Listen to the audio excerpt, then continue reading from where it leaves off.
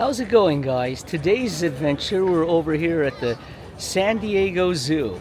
Haven't been here since 1976, so it has been a long time. We came here as a family. Back then, it was our second stop after our Disney tour. So, anyway, this will be an adventure because I'm sure a lot of things have changed since I was last here. So, hope you enjoy the show. Whoa, I should have expected this. A big crowd Sunday afternoon, or in this case, Sunday morning.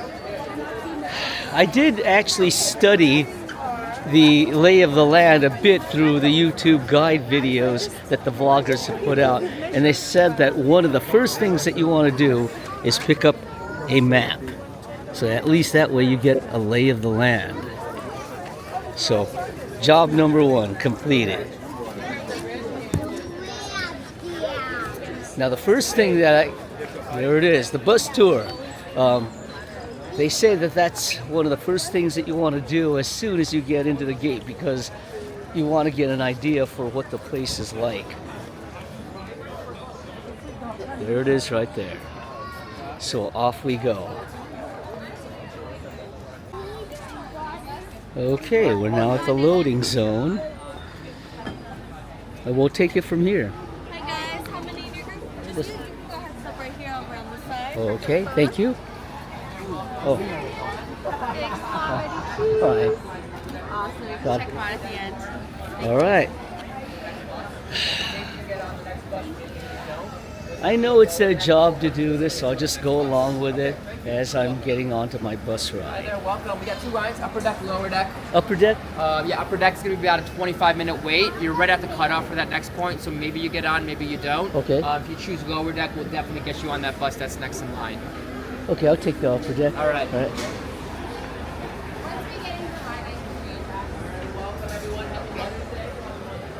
Oh, of course, I should have expected that the line was going to be long for the upper deck.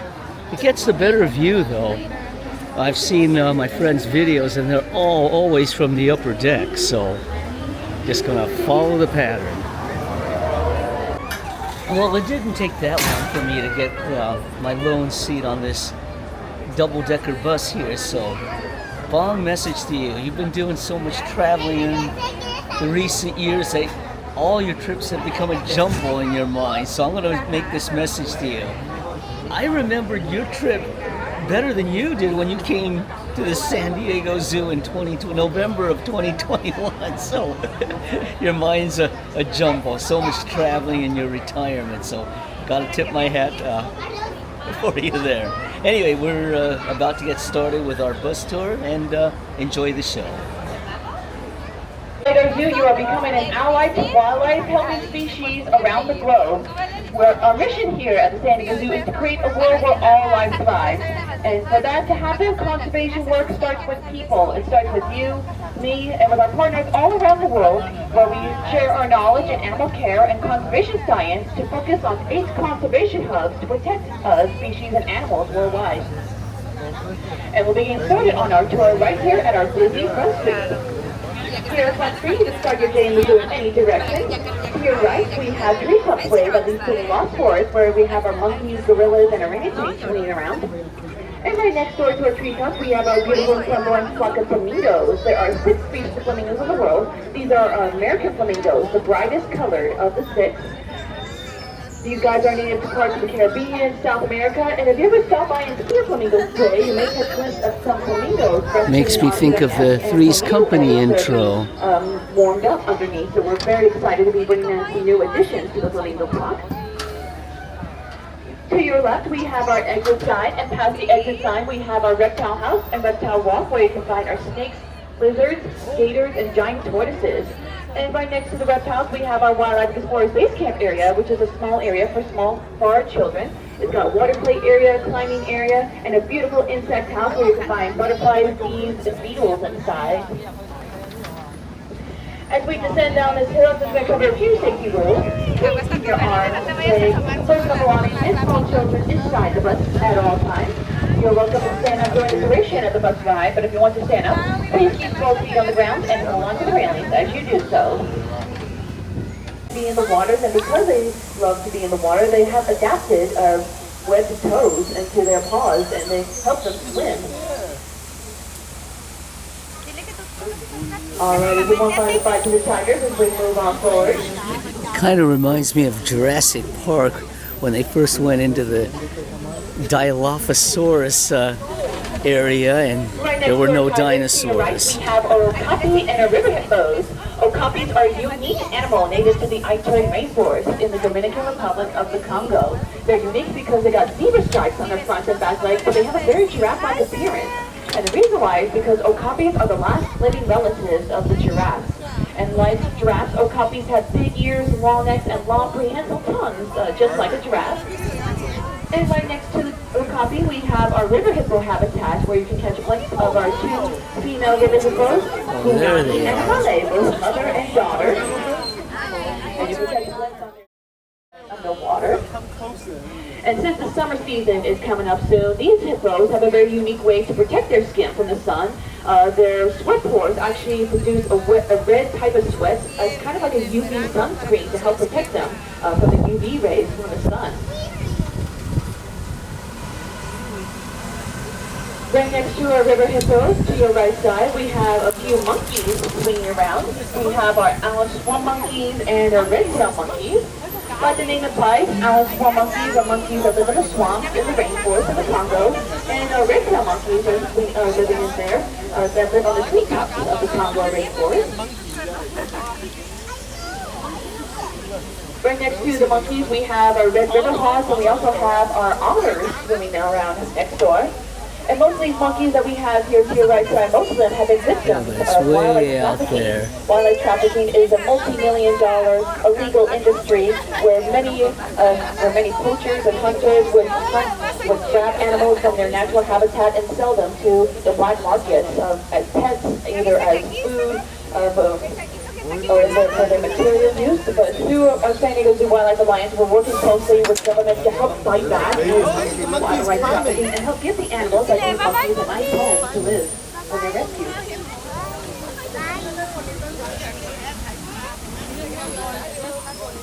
As we make a quick stop here to your right, we have our Asian cats by next to map location 15.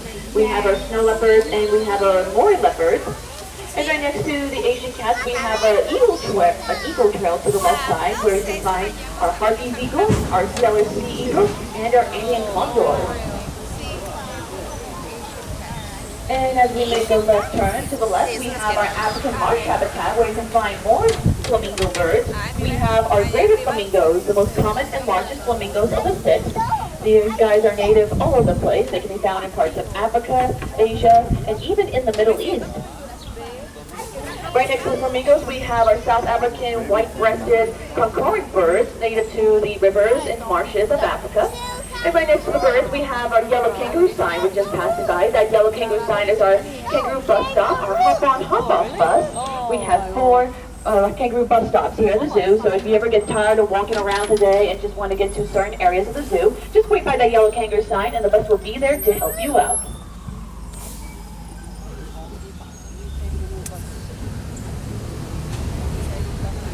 As we start to make our way up this hill, I'll let you in on a little secret we have here at the zoo. To your left, you'll see this watershed area, and right when construction workers started building this watershed, they discovered a 3 million-year-old prehistoric whale fossil right where that watershed is standing. And currently the bones of those watersheds, some of them have been displayed at the Balboa Park Natural History Museum. Right next to the watershed, we have our busy Highway 163 to the left.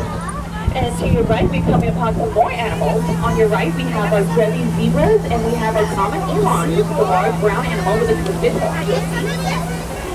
Right next to the zebras, we have our Spitz gazelles. The smallest gazelle species weighing less than 44 pounds. That's just about as small as how much my dog weighs.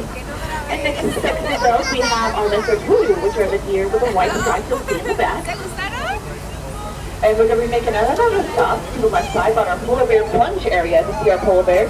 So please remain your seat close and wait until I turn the air brake on just for your safety, and I'll let you know when to set up and see the animals.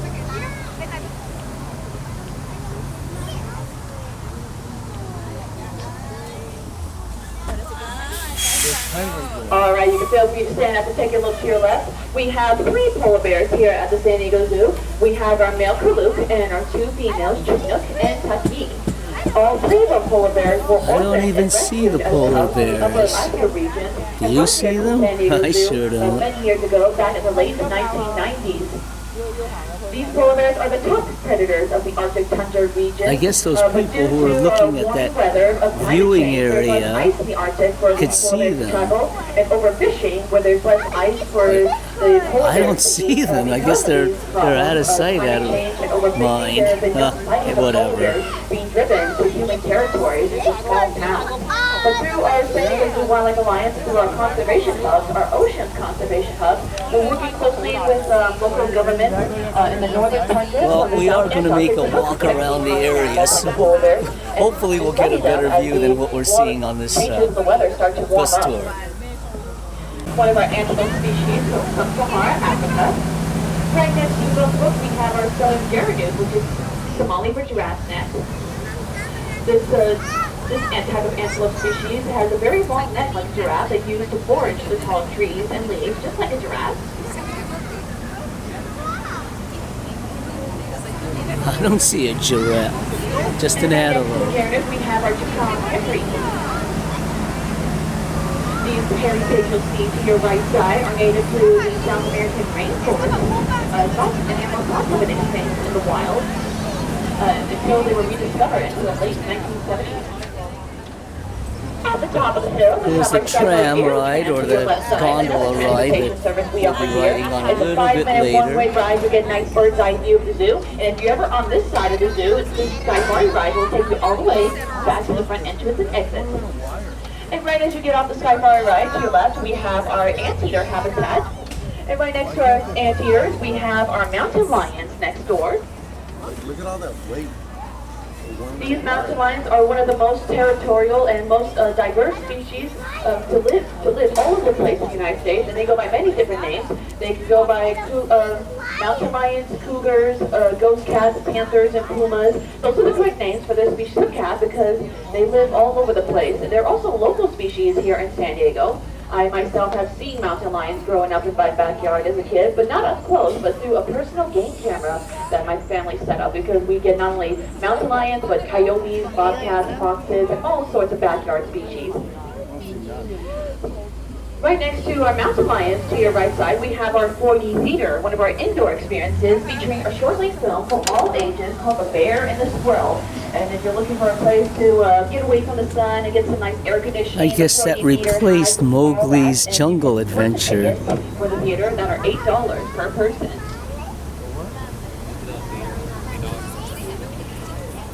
Our next area we're going to be heading into is $8 a person? where we tell the story I hope of that's not the how admission. life was like 10,000 years ago when we had mammoths, saber-tooth tigers, and giant sloths. And as we enter Elephant Odyssey, to your left side, we have our carnivorous plant greenhouse where you can find our Venus flytraps, pitcher plants, and sundews. And we also have a small pollinator habitat to help our pollinators like our bees, butterflies, and hummingbirds. And right next to the pollinator habitat, we have our first residents here at Elephant Odyssey, our South African rock hyrax. These guys go by cute nicknames, rock rabbits, jollies, or jazzies, but I like to call these guys furry potatoes because they look like potatoes with faces on them. Don't you guys agree? Or giant furry hamsters because they look like hamsters. And to your right, we're coming upon our resident African lions. We have our 2 African lions, our first brother and sister. This is Ellen and Ernest. And you can take a look, looks like Ernest is taking a very long nap. Now, lions like to Mufasa. sleeping and napping and resting. They would have some short bursts of activity, but they would spend about 20 hours a day, like Ernest is doing, taking a very long nap. African lions are both nocturnal and diurnal, meaning they are both active during the night and daytime, and they live in groups called a pride. Each member of the pride has a very important job. For female lions, that is to rear the cubs and to hunt groups for food for breakfast, lunch, and dinner. And for male lions, their job is to guard their territory and to protect their territory from other prides and from other animals.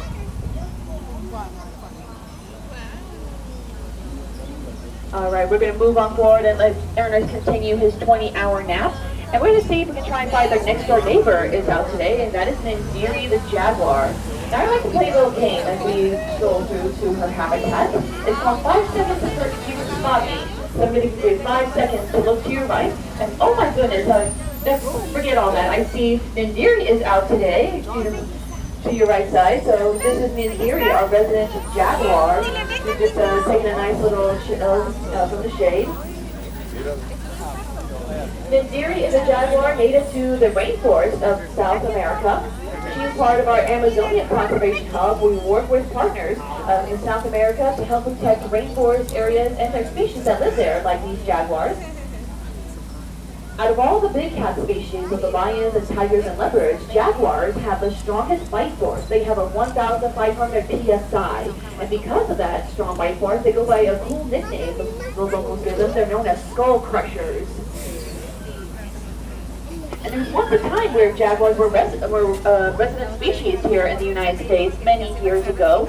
But the last known sighting of a jaguar was back in the late 19th century, somewhere by Arizona. But because of climate changes and the human migrations, forced the jaguars down south to Mexico to where they live now, in the rainforest of South America. Right next to Nandiri, we have more species from the rainforest. We have our capybaras and we have our barred saviors. And if you're looking for some cute baby animals here, I'm happy to report that our 2 capybaras are now proud parents to 3 capybara pups that were just born about 2 weeks ago. And you can catch a glimpse of the baby capybara pups to your right side that are out in the open in their habitat.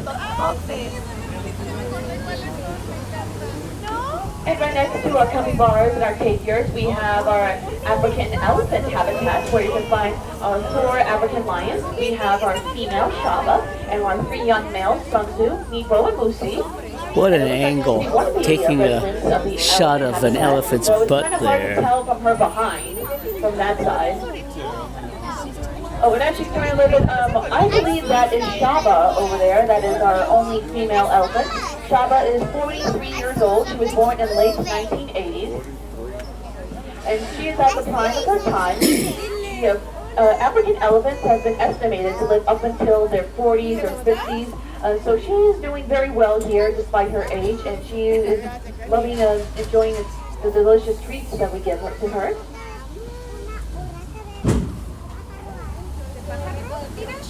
There are only 2 species of elephants in the world. These are the African elephants we have here and the Asian elephants. The African elephants get their name from the shape of their ears that are about, if you look closely, they are the shape of the African continent, while Asian elephants are only native to the Asian continent and are a bit smaller in size.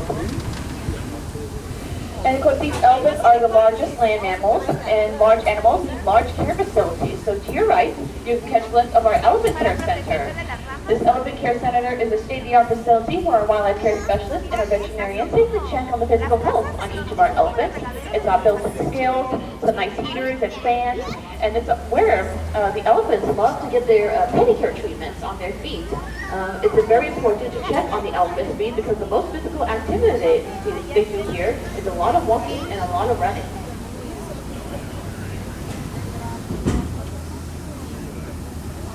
And right next to the Elephant Care Center, we have some fancy pigeons to your right side. These are our Nicobar pigeons, native to the continent of India. And I like to call them a combination between a peacock and a pigeon because they got those beautiful blue and green feathers that kind of remind me of that of a peacock. Oh, there's a couple there.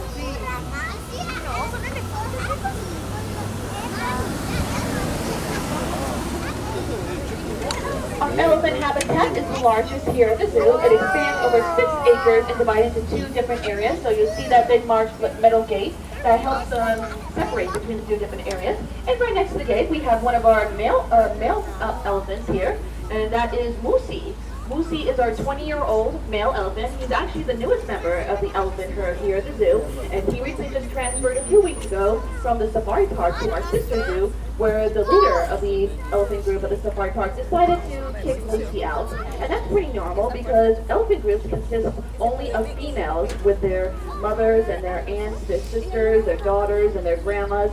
And they will have a few male elephants in them, but they only get to decide when they invite them in for breeding purposes.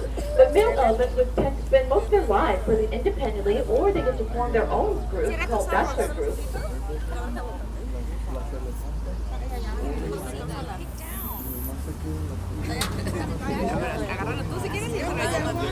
And right next to Musi, on the other side of their habitat, this is our younger male elephant. That is Sunzu, or as I like to call him, Onezu, because he only has one tusk. Before he came here to the zoo, when he was really young, he was playing roughly with the other elephants, and sometimes when you play rough, you can hurt yourself, and he damaged one of his tusks really badly, and so much so that when the veterinarians checked on it, they decided that for his health and safety, they had to remove the tusk. He is about 11 years old, and along with Nico, they're about 11 and 12 years old, so they're pretty much very young, and they're still rambunctious, and they like to play roughly with each other sometimes.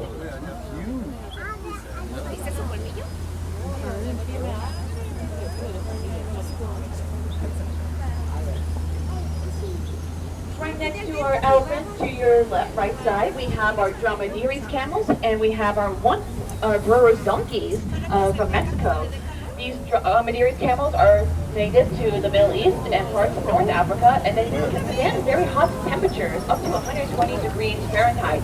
And what they do to sustain themselves for that very hot heat is they turn the fat in their humps into water for their bodies to sustain themselves and going days without having to drink water. As we make a right turn, we have our beautiful California condor bird. You can see our California condor bird perched up in the lemon cup. They've been assembled to Native American groups as a symbol for strength and power, and they're known as the Thunderbirds, where Native American legends tell that one flap of the California condor birds will call upon rainstorms and thunder. These California condors have been a symbol here at the San Diego Zoo as part of our conservation success story, where 40 years ago we created the California Condor Recovery Program when there were only 22 left in the wild in the California state. Only 22. Of that very small number, we gathered all 22 California condors and put them at our sister zoo at the Safari Park, where for over 40 years we have been reintroducing and increasing their populations and releasing them back in the wild. And I'm happy to report that we have released over 500 California condors back in the wild in California, and even by Arizona and Utah. 22 that were left remaining at one point, and they captured all of them. Right past the end of Elephant Odyssey, to your right, next to map location number 10, we have our meerkat habitat, and you'll catch a glimpse of some of our meerkats. You'll find at least 1 or 2 meerkats that are living above ground, acting as the sentinels or the guards, being on the lookout for any predators. Most meerkats would spend their time underground in burrows where they dig their tunnels to store food, to raise their young, and to expand their territory. Next to the meerkats, we have our African rock cobblestone area where you can find more African spanish species. We have our trumpeter hornbill birds to your right side. And next to the birds, we have our more of the furry potatoes, rock hyrax here, along with our dwarf fungus and our cliff springers. And if you look to your left, you'll see some plantains and some bananas that are being hung up there. Bananas, of course. Different species of endangered plants, but we also grow fruits and vegetable plants to help feed our animals. And we use some of those plantains to help feed our primates and our monkeys here. And we also grow thousands of different species of forage plants to help feed our rhinos and zebras and our elephants here. Right past the Kobache, we are strolling through our Ethiopian Highlands area where you can find our troop of Hamadryas baboons. Hamadryas baboons is a monkey species that has been around for thousands of years since ancient times. In ancient Egypt, it was believed that these monkeys were an incarnation to one of their gods, and that is the god of knowledge, Thoth.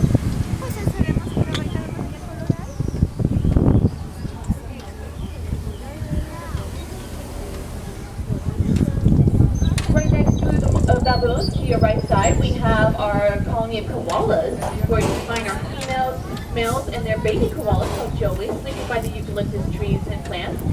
And through this area, you can catch a glimpse behind the scenes through the kitchen areas where our wildlife care specialists would wash and prepare many different eucalyptus leaves for the koalas to eat.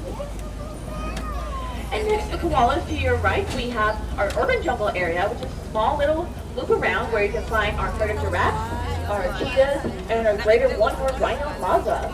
And today we're hosting a very special feeding experience for the giraffes. The giraffe feeding experience is open from 11:30 to 1:30 p.m. And you can purchase tickets, and one ticket equals one biscuit. It's $7, just right behind Sydney's Grill. To your right.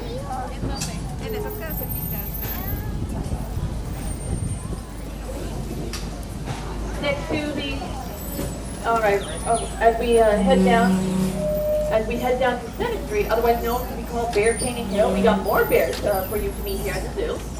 This is one of our oldest areas here at the zoo where about 100 years ago, our founder, Dr. Henry Weatherford, wanted to create open grotto habitats instead of bars and cages like the old zoos had back in those days, because these open grottos help not only guests to see a full, perfect view of the animals, but for the animals to have a nice open space area for them to live comfortably here in the zoo.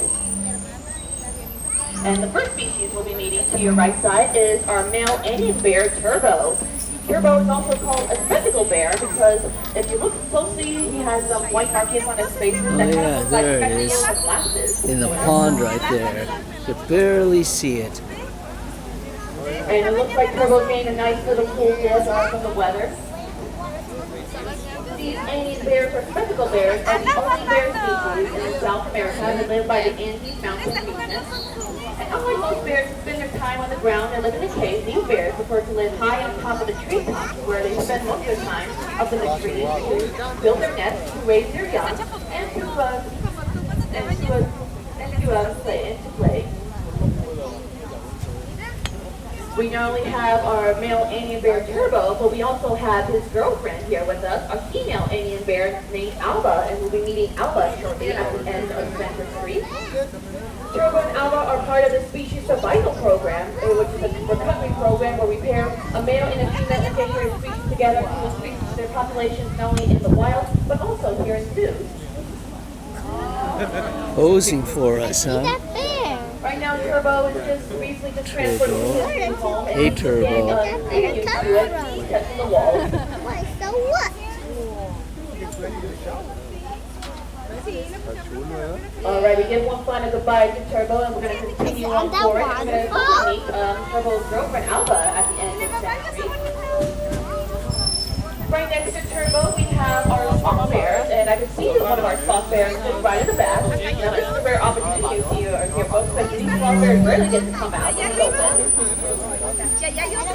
Despite the name sloth bears are not actually related to sloths, while we discovered and named this species believe they were related to sloths based on the sloth that of a claw of a sloth and how young bear cubs will climb on someone's back like a sloth.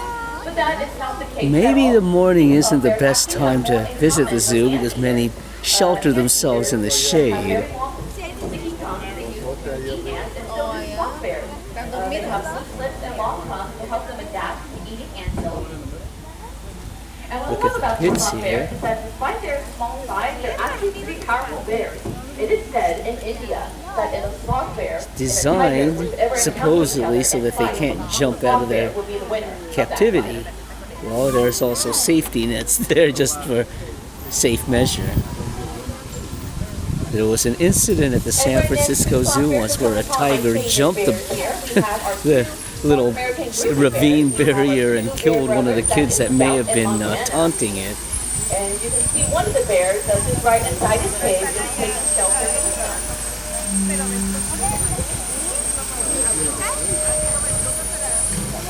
Jack and Montana were not actually born here at the zoo. They were actually born in outside Yellowstone. The North American grizzly bear? They're not bear-like behavior. Kind of You could look all you want, but I don't see any grizzly bears here. When I was a kid, we used to say, "It's sleeping." That's normal for us. The Fish and Wildlife has tried to relocate the family bear brothers, but unsuccessfully come back to populate the area. Let's look around here. These bears that we decided that they become permanent residents. Caribbean. Their mother has been relocated somewhere else. These grizzly bears are the new species of brown bears that can be found in the northern parts of the United States. They can be found by the state of Montana, Idaho, but mostly can be found in the state of Alaska. Come on, bear, come on out so we could take a shot of you. Story between Scott and Montana because it's a good reminder for those of you who are out camping and hunting or going out.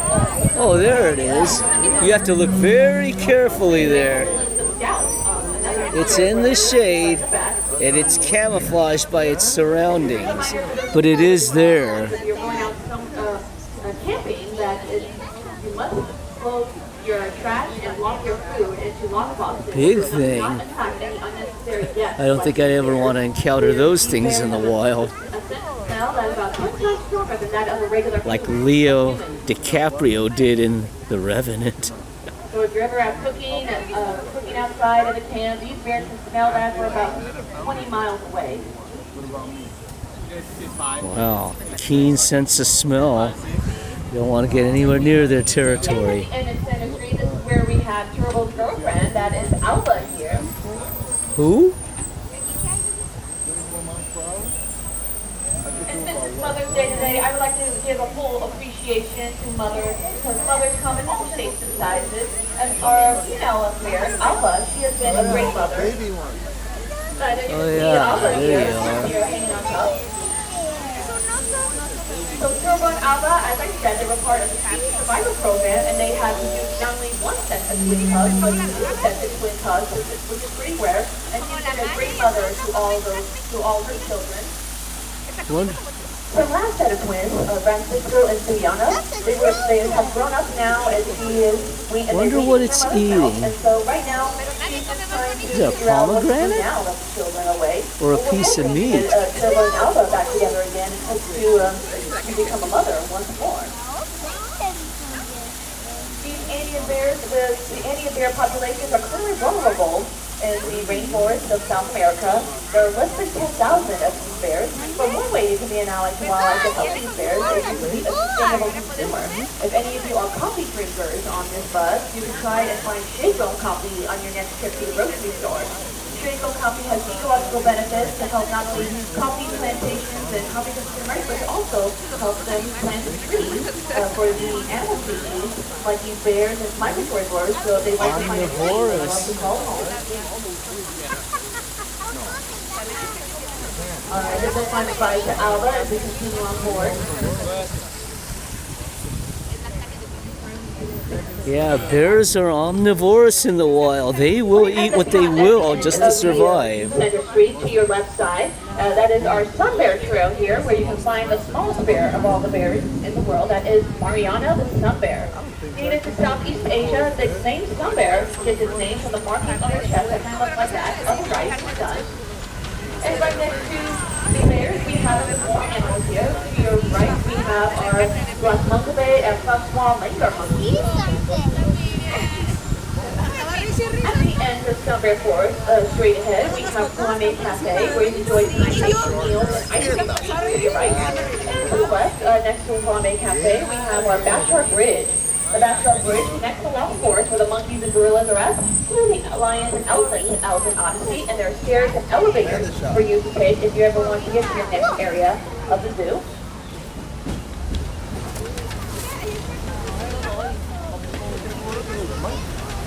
Alright, we're strolling through Africa Rocks next. Africa Rocks focuses on 6 different areas of the African continent. The first area, to your left side, is our Cape Pinabos, focusing on the African coastal and Cape region, where you can find our black and white African penguins.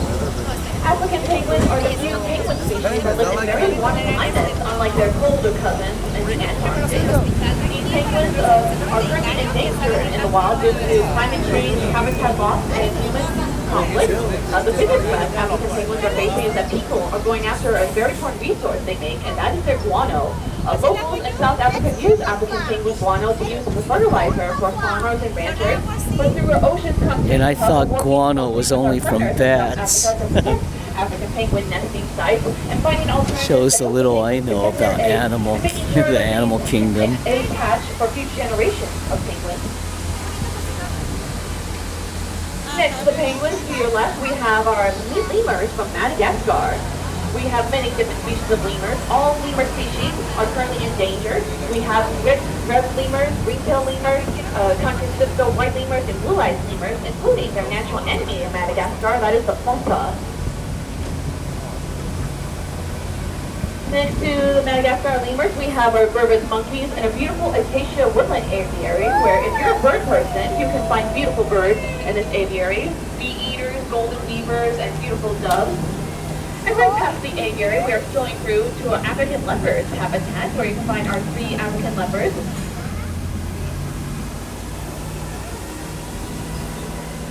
And we're just about to make full circle back towards our colony koalas. So if you look to your right, this is where we have our male koalas, so you may catch a glimpse of these koala bears. Like the lions, they would spend, these koala bears would spend about 18 to 20 hours a day taking a very long nap. The name koala actually originates from the Australian Aboriginal language Dorda, and koala translates into English meaning no drink, no water. And that is scientifically correct for this name because koalas rarely drink water in Australia. But where do they get their water source? Well, they get it from eating eucalyptus leaves. That's a little fun fact about koalas. Get their water from eucalyptus leaves. Eucalyptus leaves that can be considered very fatal for that animal. But koalas have the ability to break down the toxins within eucalyptus leaves through their livers and through their stomachs. These koalas are part of our Australian Conservation Hub, where we work to protect not only koalas, but wombats, kangaroos, and platypuses. And through a partnership in Australia, we're here at the San Diego Zoo at our sister zoo at the Safari Park. We are the only zoo outside of Australia to have platypuses, and which is a really rare and great opportunity. These platypuses are very rarely found in zoos. There's only 6 zoos in the world that have platypuses in the zoos. 5 of them are in Australia, and 1 of them is just right in our sister zoo at the Safari Park. So if you're visiting the Safari Park during your trip this weekend, I highly recommend checking out the platypus exhibit, where you'd be surprised how small those little animals are. And as we are just passing through Sydney's Grill again, we're just about to come towards the end of this tour. I'd like to thank everybody for joining me here today on this bus ride. Your visit here today at the San Diego Zoo helps make our mission possible to create a world where all life thrives. Because when wildlife thrives, all life thrives. We are a non-profit organization, so the money you spend here at the zoo, whether it be in the ticket pictures or getting some nice food and drinks or some wonderful gifts at our gift stores, all that money goes towards our conservation hub, working towards our wildlife care project, and to our wildlife care specialist department to give the animals here at the zoo the resources they needed. Once again, my name's Autumn. I have been your bus driver and tour guide, and I hope you enjoy the rest of this wonderful, beautiful day here at the world-famous San Diego Zoo.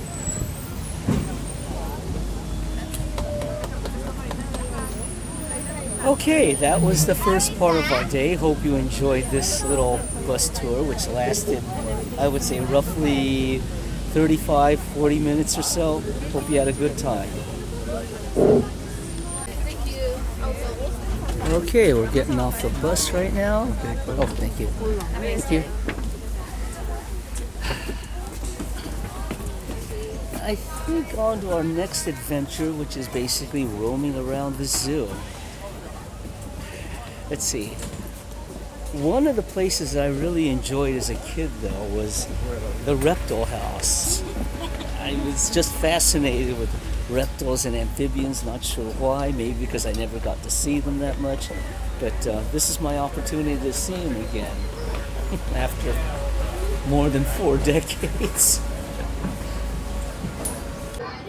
Now this was one of my favorite spots in the San Diego Zoo as a kid.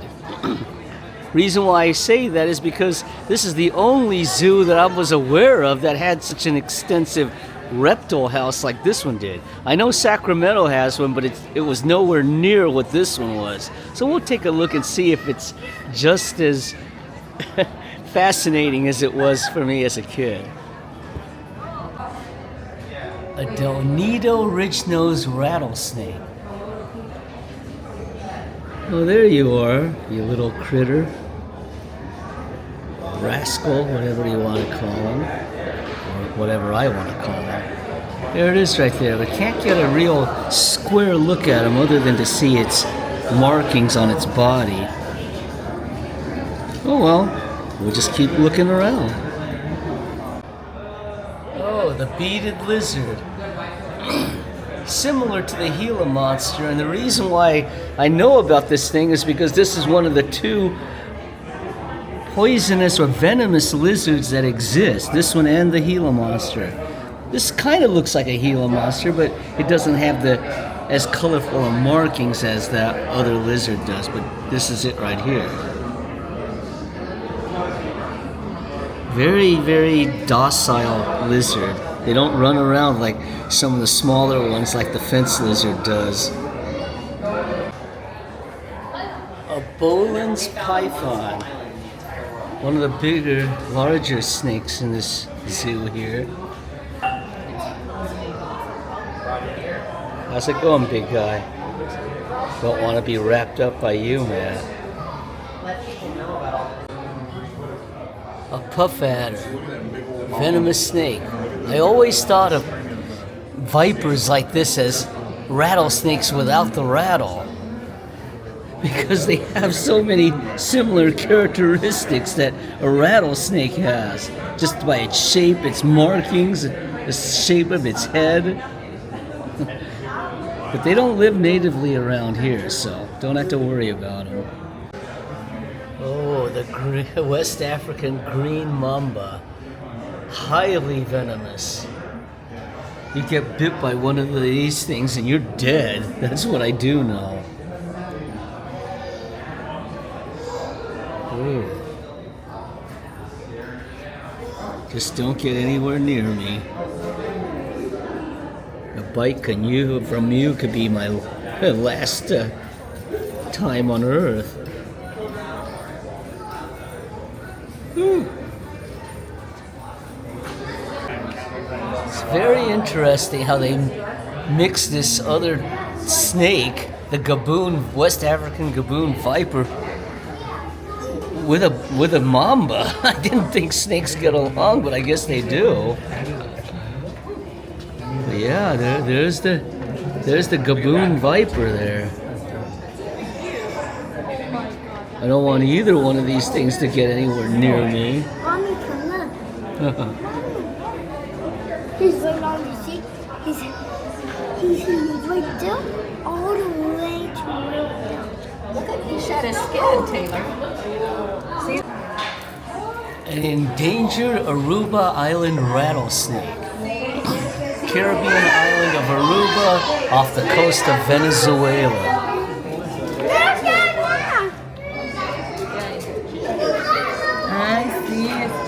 It seems like rattlesnakes, at least at this exhibit, tend to be more docile. They don't move around like that green mamba did.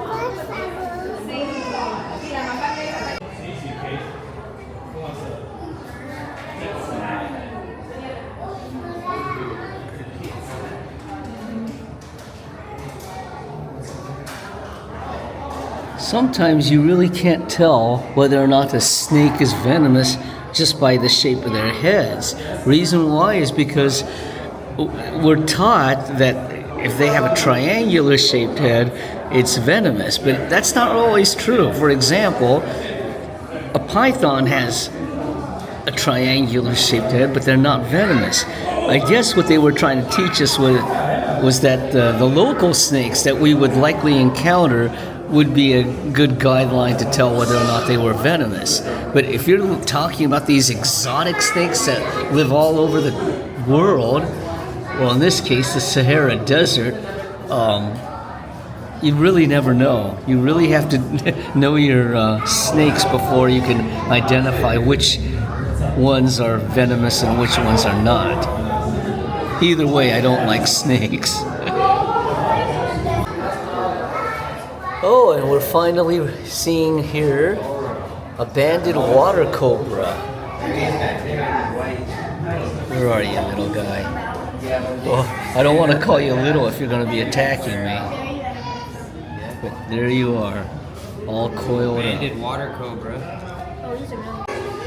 You know, I'm glad this zoo doesn't have reservations about these exotic venomous snakes because, unlike the California Academy of Sciences, they only have some local venomous ones. But cobras, no. They used to have cobras in the San Francisco Museum, but not anymore. But this one does not make any reservations, and I'm glad that they don't.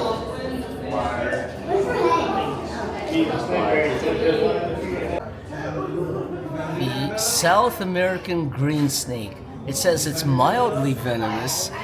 Not sure what that means exactly. What does it say about it? It says they're arboreal, they live in trees, most active during the daylight. Their bite releases venomous saliva that immobilizes small prey. It also starts the digestion process and lubricates prey so that it slides easily down the snake's throat. So, not really a defense mechanism, but an aid for it to hunt. At least it doesn't have concentrated acid for blood, right? There's nothing in there. Bushmaster, a black-headed bushmaster. Tropical rainforest. These are venomous snakes, and they tend to be on the bigger side. There it is back there. Camouflaging itself. It's an eastern diamondback rattlesnake, southeastern U.S. Big. It's big. You don't want to step on one of these things. That's for sure.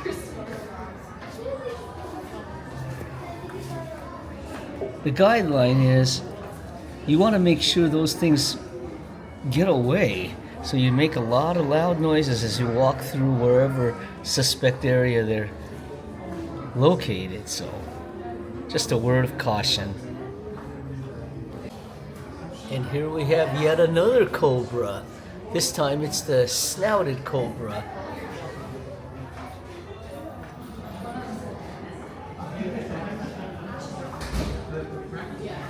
Yeah, the thing about this is that you don't really get to see its hood until it's startled. The green anaconda of South America. And there it is in the water. Now, oh, there it is. There's the head. You can barely see it. Just swam right by or waded right by. You see it? No, at the very top. Head is coming up.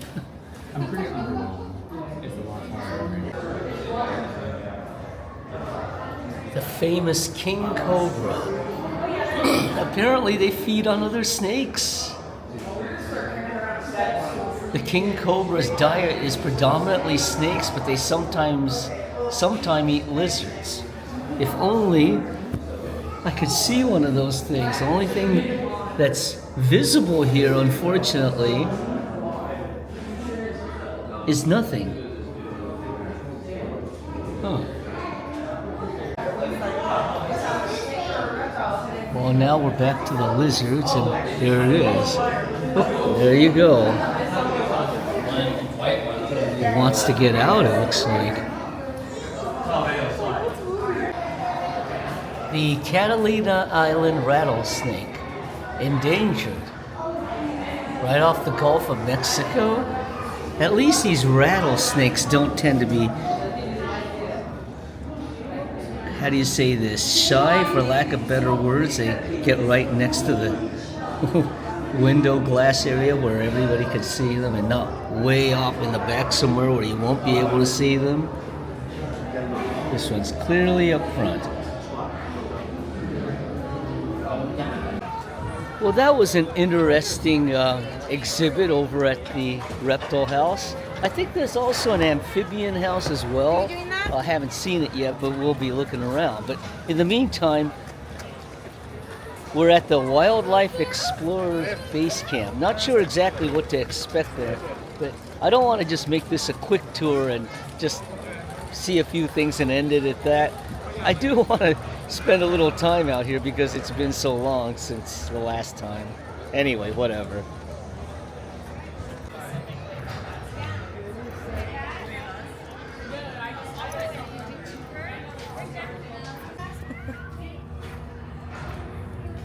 I always thought the Komodo dragons were cool. What I'm aware of is that they habitate, if there's such a word, the Galapagos Islands. How they got there in the first place? Several theories. One of them is a land bridge that got them there. The other one is continental drift. Because otherwise, how in the world would an isolated island out in the middle of an ocean exist with all these reptiles and amphibians? Another theory is evolution, but I doubt it. But I'm not an expert either. Like a dinosaur.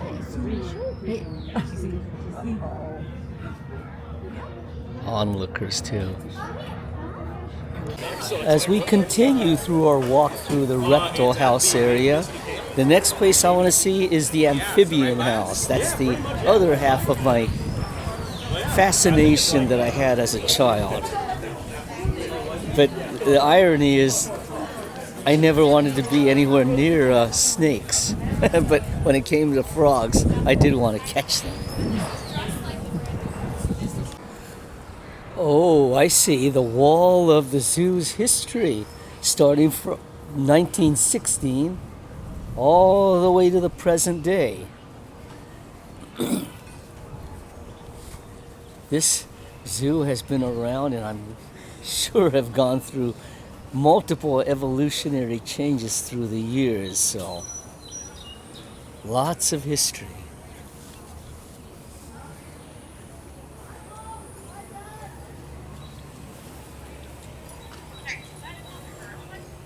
Okay, so now it's off to the Wildlife Wonders? No, that's the show. What I do want to see is that amphibian area.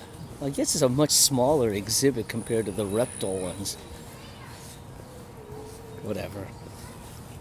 But before we check out the amphibian house, this is the reptile walk. So, starting off with tortoises in the area. Careful, we might bite? Really? Because those things are always looking for food. Once again, another nice picture of an animal butt here. There's a bigger one there. The shell fits. The shape of Galapagos tortoise shell shows which island it's from. Interesting. There it is right there. Oh, big hulking thing.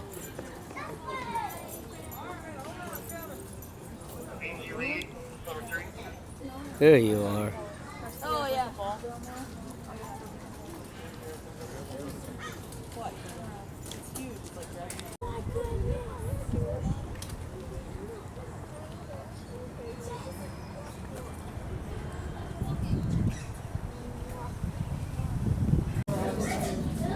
Most of the world's frog species live in tropical rainforests.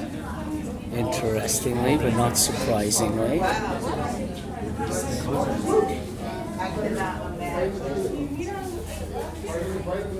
Yeah, I know that they're trying to simulate their native habitat, but when it comes to displaying them, it gets kind of hard because sometimes they like to hide.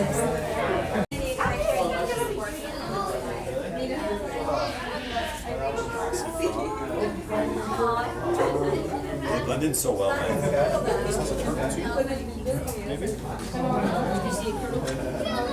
I don't see it anywhere here. Really looks like moss.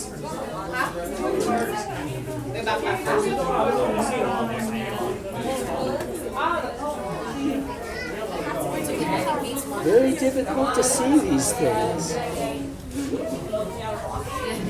Fire salamander. don't see it, kind of like the infamous California tiger salamander.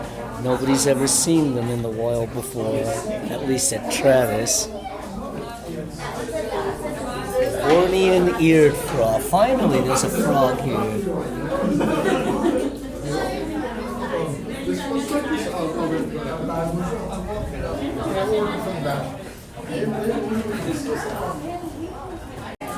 Snakes inhabit California mountains, deserts, and even beach areas, like the rosy boa. As like a baby. Rosie.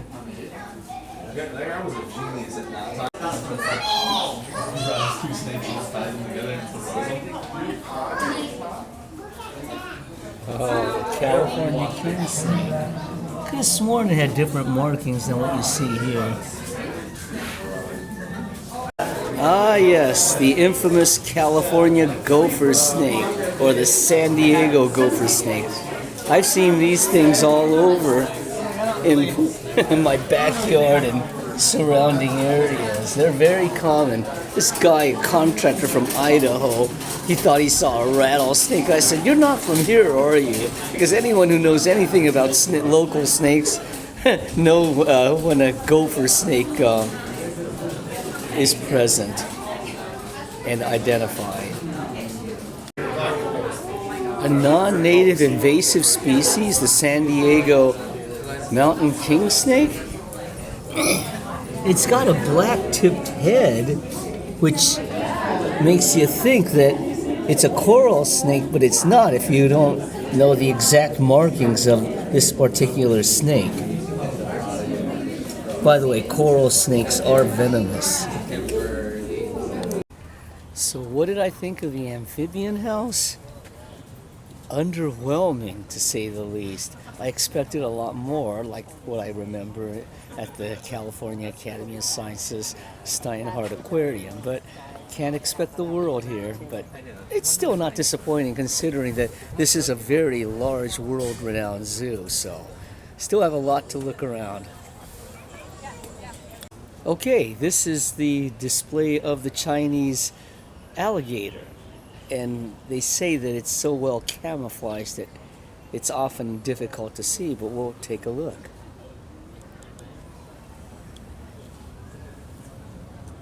There you are right there.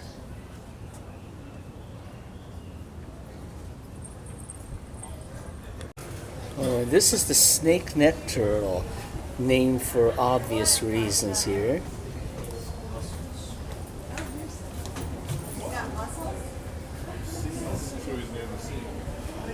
I had no idea that these were native to California, at least not where I live. It's got a long neck. Another snake-neck turtle, only this one is Parker's snake-neck turtle. It would freak anyone who has a phobia with snakes.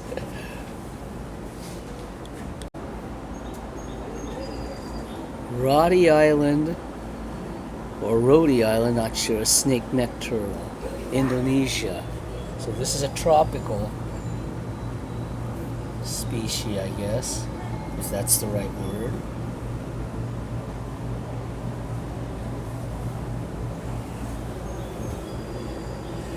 Man, I haven't even gotten to the wild animals yet. I mean, like the land-dwelling animals. Everything that I've been shooting so far have been just the reptiles. What, Terry? What do they taste like? He says, they taste like a reptile. This is an African spurred tortoise. Now the difference between a tortoise and a turtle is that tortoises are land dwellers. Even though as a kid I used to like putting the tortoise that my next door neighbor had into a pond of water, which was incorrect. It didn't drown or anything. I'm just saying it wasn't a water dweller like turtles are.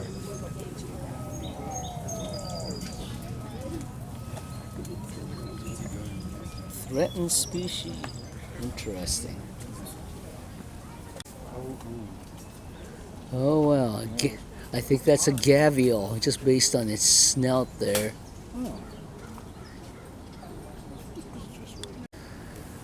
think that's another gavial there, and almost looks like a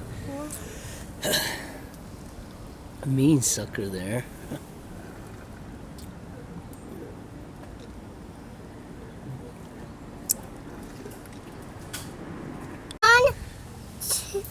Do you see all of the ones in the water eating? Yeah, I see 1, 2, Right 3. here. Do you see them eating? Yes. I see 1. I'm going to count our totals. 1, 2, 3, 4, 5, Look at that big 6, one.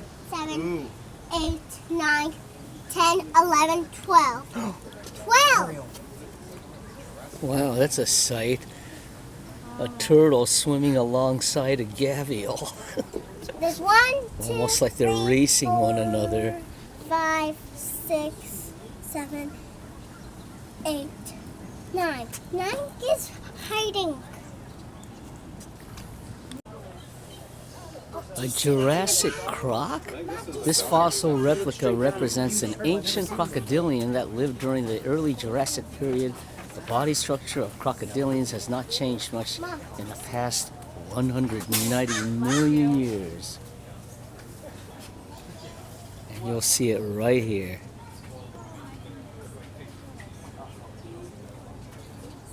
What's up, Croc? We are now at the Tiger Trail. Let's see where this takes us, other than the obvious nomenclature. A boar of sorts. On a side note, you can spend an entire day at this zoo. I don't think one day is enough to thoroughly cover every one of these animal exhibits. On a technical note, I will mention that I have not seen a single YouTube post of a vlogger filming their trip out to the San Diego Zoo in HDR. Mine is in HDR. Hopefully I can edit it in HDR. That's been my biggest challenge so far on my software. I'm not sure how to actually make it do it, but anyway, it's HDR. Hope you're enjoying it. DeBrazza's monkey. Not sure what that is, but it's right there. Get out of the way, baby. What is it, sucking on something?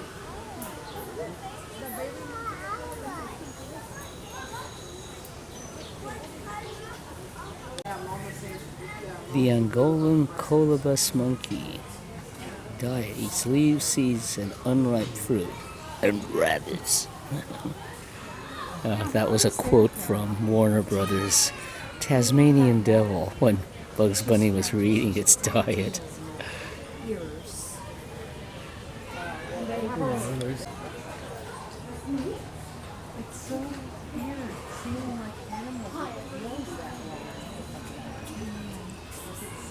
How's the water? Does it taste good?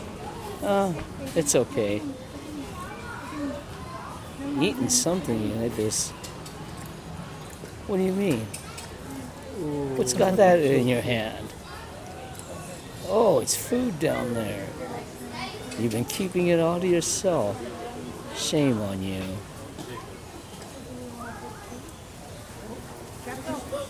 Gotta go.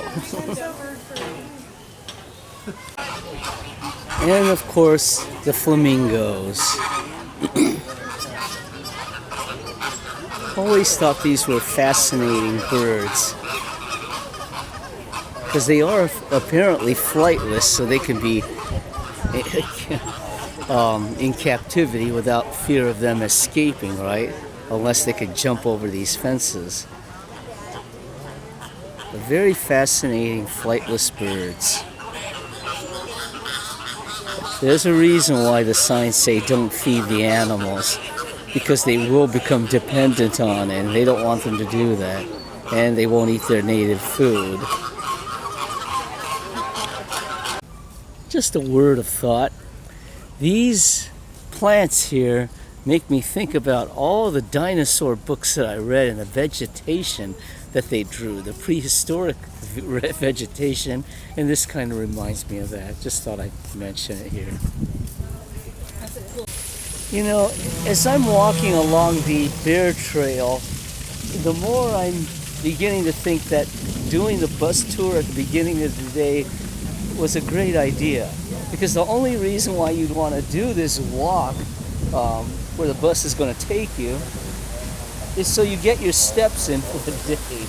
I mean, yes, you can look at some of the animals up close, but is there really a difference between walking and looking at it and riding and looking at it? I don't think so. This was one of the exhibits that we passed by this morning. It was for the North American grizzly bear, and we didn't see one here just to start our day. And it's no different right now this afternoon. So anyway, hopefully we're going to see some real animals when we actually pass by the bear trail. You know, I didn't do the story on her. They might have put her back in the wilderness without the cubs. The North American grizzly bear, and for a change we actually see one of the, or two of the bears right in the distance there. I'm going to zoom up as far as I can to help you see what I'm looking at here. Oh, so they're brothers. I don't need that. Yes. I guess it would be nice to have a Every once in guide a while too. they act like brothers, especially in the water. They'll wrestle around. And Oh fight. my god, I don't want to see that. Get up. No. You gotta be lucky. Sometimes it's nice to have a guided tour like this guy here. I'm sure there's going to be an extra cost with it, but if it's enriching, it may be worth it. Wall and back on that wall at the top, there's what's called cat's claw, and they have yellow flowers right there. It only blooms once a year, Okay. and the yellow flowers are only there for about 2 or 3 weeks. Oh wow, they're still there? Yeah, they're right there. Cool. Thank you. You know, what this guide mentioned right now is very interesting. He said that when the mama bear realizes that their cubs are matured, it gets aggressive and basically tries to push them away from the nest under the motherly care. Now, the reason why that's such an interesting thought is because with people, it could be the same thing. The mom wants their kids to become independent, I would think. And when the kids are not capable, or if the kid is not capable of becoming independent, it becomes worrisome to the mother, because how long is he or she going to be dependent on them? When they're gone, guess what? Like it or not, they're on their own and face the harsh realities of the real world. Well, guess what? That's nature's way. Too bad. You know, an interesting thought came to mind. I think this is the only place where you'll actually see lions, tigers, and bears. Oh my. Oh, and there is that high-level bridge that I heard about on YouTube. Just have to find a way to get up there, but I'd like to see it from high up above like that. I'm here in Africa Rocks, so have a little ways to go before I actually get there. Well, fortunately, there's an elevator to get up there, so you don't have to climb up that long flight of stairs there that you see. I don't think I have the energy to do that right now, so elevator it is. I mean, look, I don't think I want to do that right now.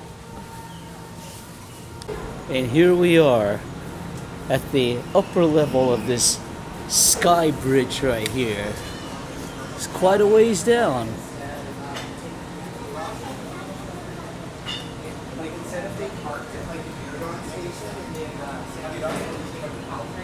Nice little sky view here, but one thing I do want to do though before I leave for the day is ride on one of those sky trams or gondolas wherever the pickup point is once I get to that point on this tour of the San Diego Zoo today. But if you don't like heights, this is not a place for you.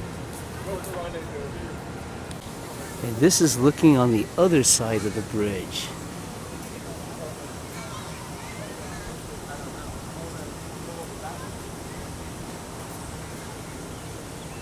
and the bridge itself. Well, if anything, even if there weren't any simians at this exhibit, you've got this beautiful man-made waterfall.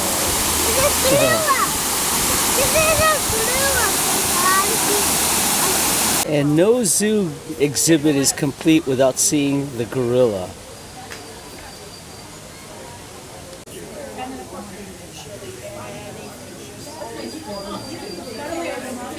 That's the smaller of the two gorillas. I think they've got names. I don't know what they are, but it could be the female because the bigger one there, King Kong over there.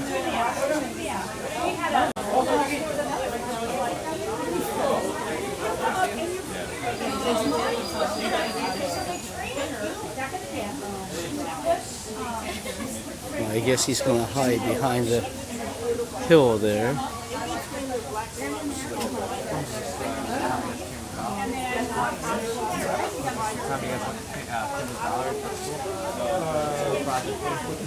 Yeah. So it might have been a previous. That's funny though, because I just came across that video the other day. Okay, we see some resting hippos in the distance of this exhibit. Oops, sorry, out of focus. The glass is fooling the camera. Anyway, this is the exhibit itself.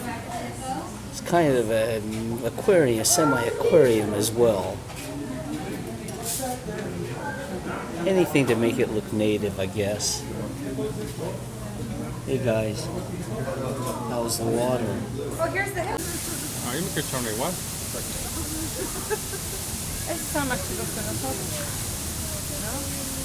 This is the gentle giant. He has gone behind the scenes from the other side.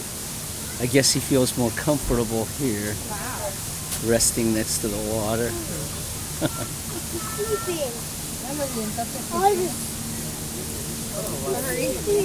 Gorilla! Yeah, it's he's talking in his sleep, I think. Like you do. That's the one I wanted. That's the one you wanted to see? Yeah. Okay, that is our destination, Skyfari West.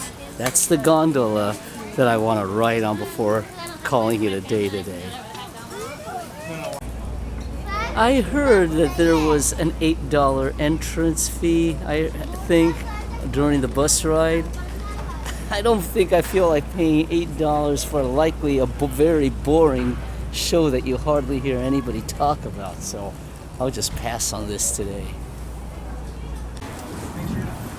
Okay, Skyfari West. This is our likely final destination today, so we could go on this gondola ride on the way back. I think this is the way back. Let's take a look at this map. Let's see, Gondola West, where are you? Where are you? Oh yeah, there you are. You are here, so that's going to take us right back to the beginning. Exactly what I want for the day, because I think my legs are about to give out and I don't want to wear myself out going into training tomorrow. Okay, after about a 5-minute wait, it's my turn. There we go. Okay, so we're all set to go here towards the front entrance of the park. Oh, a little bumpy there. Anyway, little commentary. There is a little zing at this entrance area here, but then it smoothens out fairly quickly. So anyway, I want to make a few commentaries while I can, while I have the chance, instead of just boring you with just the scenery. But I think I mentioned it earlier in the video, but I'll mention it again. I don't think I've seen a single YouTube vlogger that has recorded their trip to the San Diego Zoo in HDR. So guess what? All of my recordings today are in HDR. What that means is that if you are watching this on an HDR capable display like your smart TV, you're going to see the full splendor of the technical quality for those who really care about it. But anyway, with that out of the way, I want to show you what I'm looking at. I know what I'm doing is probably against the rules, walking around in the gondola.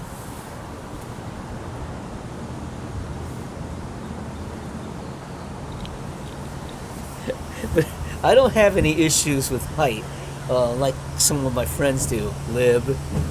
Anyway, I can't even go across a skyway with glass, with skyscraper in Southeast Asia. Anyway, but that's another story in itself. Anyway, we're high up above, and I am looking down, and I have no particular issue with it. And this is where we just left. So there's kind of a ways to look at this thing. There's the sky walkway that I just crossed over. And in a few moments we will be heading back towards the entrance of this zoo.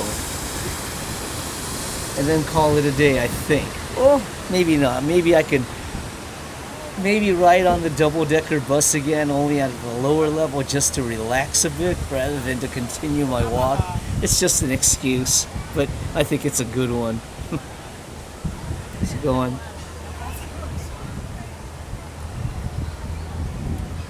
Oh, that's right. Off in the horizon is downtown San Diego right there. Also, some of the museums that are at Balboa Park. Maybe the next time I'm here, I'll check out one of these museums. But for today, this zoo was one of a lifetime, once in a lifetime like experience, considering how long ago it was since I've been here. Wow, it looks like that structure, not sure what it is. Almost looks like it's under construction, but not really sure. Anyway, here we are approaching the end of the tramway. And one thing to note, and I did hear about this through the vlogs that people have said, if you wanted to go back the other direction, you have to wait in line again. You can't just stay on the gondola and continue. So, just a word of note there.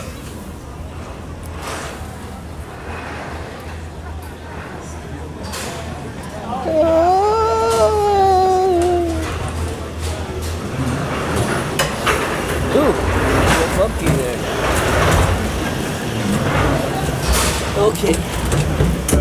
Well, I will be grateful if you have a chat. Thanks a lot. Okay, that was fun. It was a nice, relaxing way to likely end the day, but just had to do that once, like most people do, except for those who have an issue with heights. Lib. Anyway,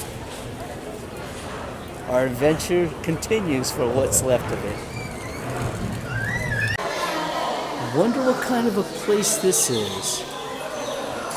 Okay, we've got a domed theater here. Ceiling is used as a projector screen. But what do we have here? A dragon-headed katydid. Yeah, I remember these things. Reminded me of very fat grasshoppers. As in most of these places, terrariums, you've got to look for them. Otherwise, it's not as easy to find as you'd think. The rubber grasshopper. Have to go searching around for it. A dead leaf mantis. Oh, there's one. It's the oblong-winged katydid. There it is, right there. Sorry about the limited visibility of this place. Kind of hard to do because you got to balance it with being a nuisance with other people trying to get the angled shots.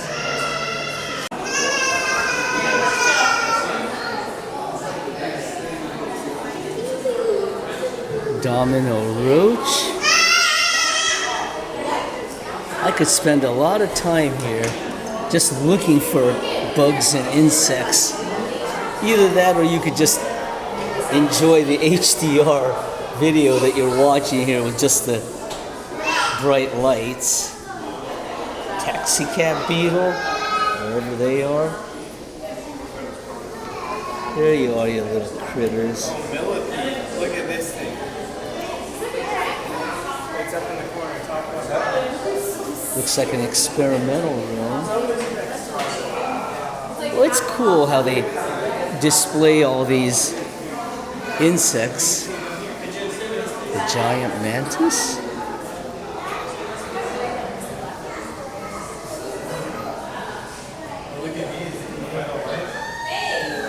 They don't look giant to me, wherever they are.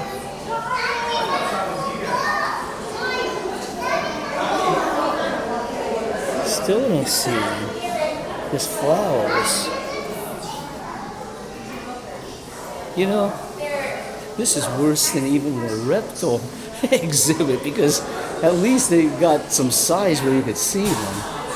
A Madagascar hissing cockroach. Ooh, I hate these things.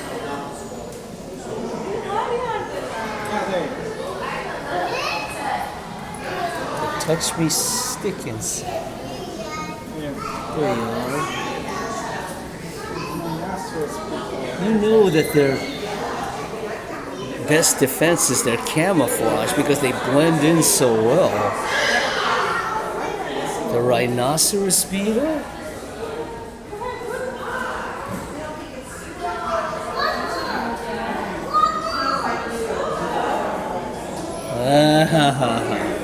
How disappointing when you can't even see half of these critters here. The western honeybee, very familiar, and you know that this is a simulation. Or maybe not. Here they are in real life. You see them?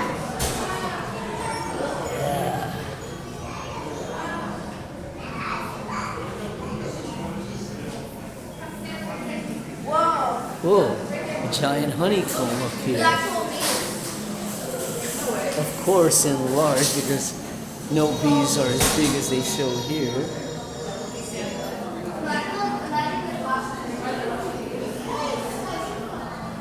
This is a cool exhibit. I was almost going to miss this one. Because they don't cover this, or at least I wasn't listening during the bus tour.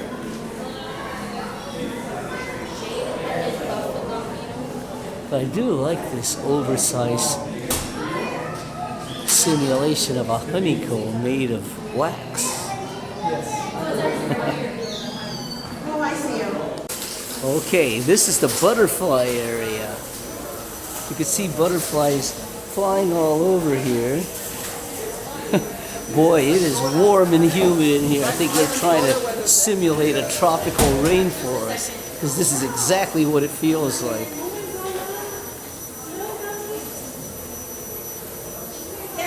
Misting machines. Yeah, it's like a big greenhouse in here.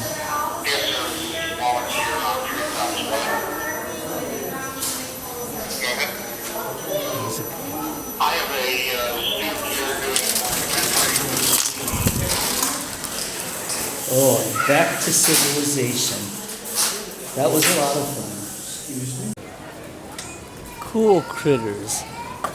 So many places that I haven't even noticed were here. Well, what's in these things? This one says the Fijian banded iguana, wherever that is. I don't see it anywhere. I know that they're trying to simulate their natural habitat, but come on, we want to see them too, right?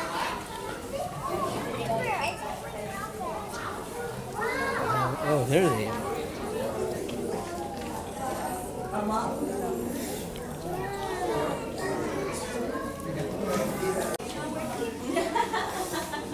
A reticulated python. Well, I guess that's the skeletal structure of the thing. Pretty big. A Hispaniolan boa. From where? Caribbean island. Hispaniola by the location. Here you are. One thing about all these reptiles is that it's hard to see many of them. Like this one here, it's sheltered underneath that little rock there, and it's there and all, but it's hard to see. Kind of want to see the whole snake, right? You know, I will say something. All these years, I thought this was called a gavial. When I'm reading this here, it's actually a gharial. Either they changed the name or I just misread it. I hope I just said it correctly and they just changed the name. I'm trying to save face here. Now this thing is huge. A Goliath frog, I could understand. If there's such a thing, I'd like to see what it actually looks like in real life. I mean, this thing is big. I would say it's a good foot long or so. A kid's amusement area. Like there's a water park down there. I think Jasmine's already outgrown this, so unless she wants to feel like she's a kid again. Swaying bridge. I guess kids could have fun here when they get bored of the animals. Okay, I lied. I'm gonna go on to the bus tour again. I just need to relax. I just want to sit down rather than just go right onto the freeway and or what am I saying? Sorry. I'm just so tired right now that my mind isn't thinking straight, so forgive me for that. But I do want to ride the bus on the lower deck this time just to relax in the shade, because I think I need it. Okay, this will be the end of the day thing. I just want to relax on a very shaded bus ride around the zoo again, in case I wasn't paying attention or missed certain parts of this zoo that I did not see earlier. Your driver and guide for the next 35 minutes or so as we visit 70% of our zoo. We're going to go see which animals are out and about right now. I'm going to share with you some fun animal facts and about all of our conservation projects happening all over the world. Thank you guys for choosing to spend this beautiful Sunday here with us. Happy Mother's Day for all those who celebrate today as well. Yeah. Wildlife for wildlife. Now to my right, you might have seen our flamingos as they greeted you as you entered our park today. There's also different entrances there. Takes you straight into our Lost Forest habitat. Our Lost Forest, you can visit many of our primates, gorillas and orangutans, as well as here to the left past that exit sign with the parrot top. You can visit our reptile house, check out our many snake species. Our Galapagos tortoises, we do have a few that are over 100 years old in age, and some of them are the originals back that arrived here back in the 1920s. The living history over there. Our Wildlife Explorers Base Camp, great area to meet many of our animal ambassadors. Great children's play area as well. For your safety, just keep your hands, arms, legs, feet, personal belongings inside the bus at all times. You're welcome to stand at any point. Just hold on to that railing in front of you or to the left or right of you. Keep your feet on the ground and keep 3 points of contact at all times. If you experience a medical emergency, just wave at me to get my attention. I'll assist you as soon as possible. Upper deck, there is a camera at the front of the bus, so I can see you guys up there in case you guys need anything. San Diego Zoo is a non-profit international conservation organization. We collaborate with many organizations around the world to come up with innovative solutions to support our 8 conservation hubs. It is our mission to create a world where all life thrives. Well, I have a personal mission as well. I just hope at the end of this tour you guys have learned at least one new thing from me today. Well, we've left that city behind. We've entered our Asian rainforest. This is one of our conservation hubs where we do a lot of our work in. Many animals call the Asian rainforest home, like our orangutans and our elusive Malayan tigers. So I'm going to pull over here to my right, see if we're able to spot any of our tigers this afternoon. Let's see, you guys might have a better viewpoint than I do if you want to check them out. I don't have a view of them. Well, I mentioned elusive because they have... Oh, you guys see them. Okay, great. You guys see them. That's fantastic. I think, are they... Oh, there we go. Perfect. There he's appearing right now. Now this stripe serves as a form of camouflage. It's called disruptive coloration. Now the way it works, it breaks up their body parts so they can better blend into that jungle environment. Now these are Malayan tigers. They are one of the subspecies of tigers that exist out there. And they're found in the Malayan Peninsula, but unfortunately there's only about 200 remaining. And this is a result of the illegal wildlife trafficking trade. Unfortunately, tigers are still being poached for their body parts, either as a form of medicinal purpose or as a trophy.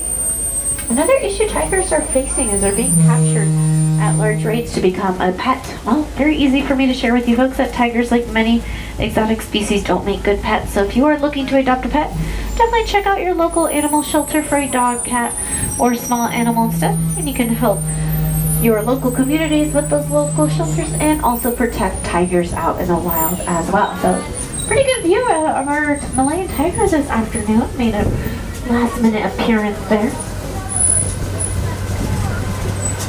We're going to depart our Asian rainforest. We're going to head on over to our Ituri forest in Africa. Towards the back right of the habitat, you might catch a glimpse of our okapi. But here in this pool, we have a wonderful view of our hippo. Our mom and daughter hippo, one is in the water and the other one is on the beach right now. Great view of them. Now, hippos play an integral role in that African ecosystem.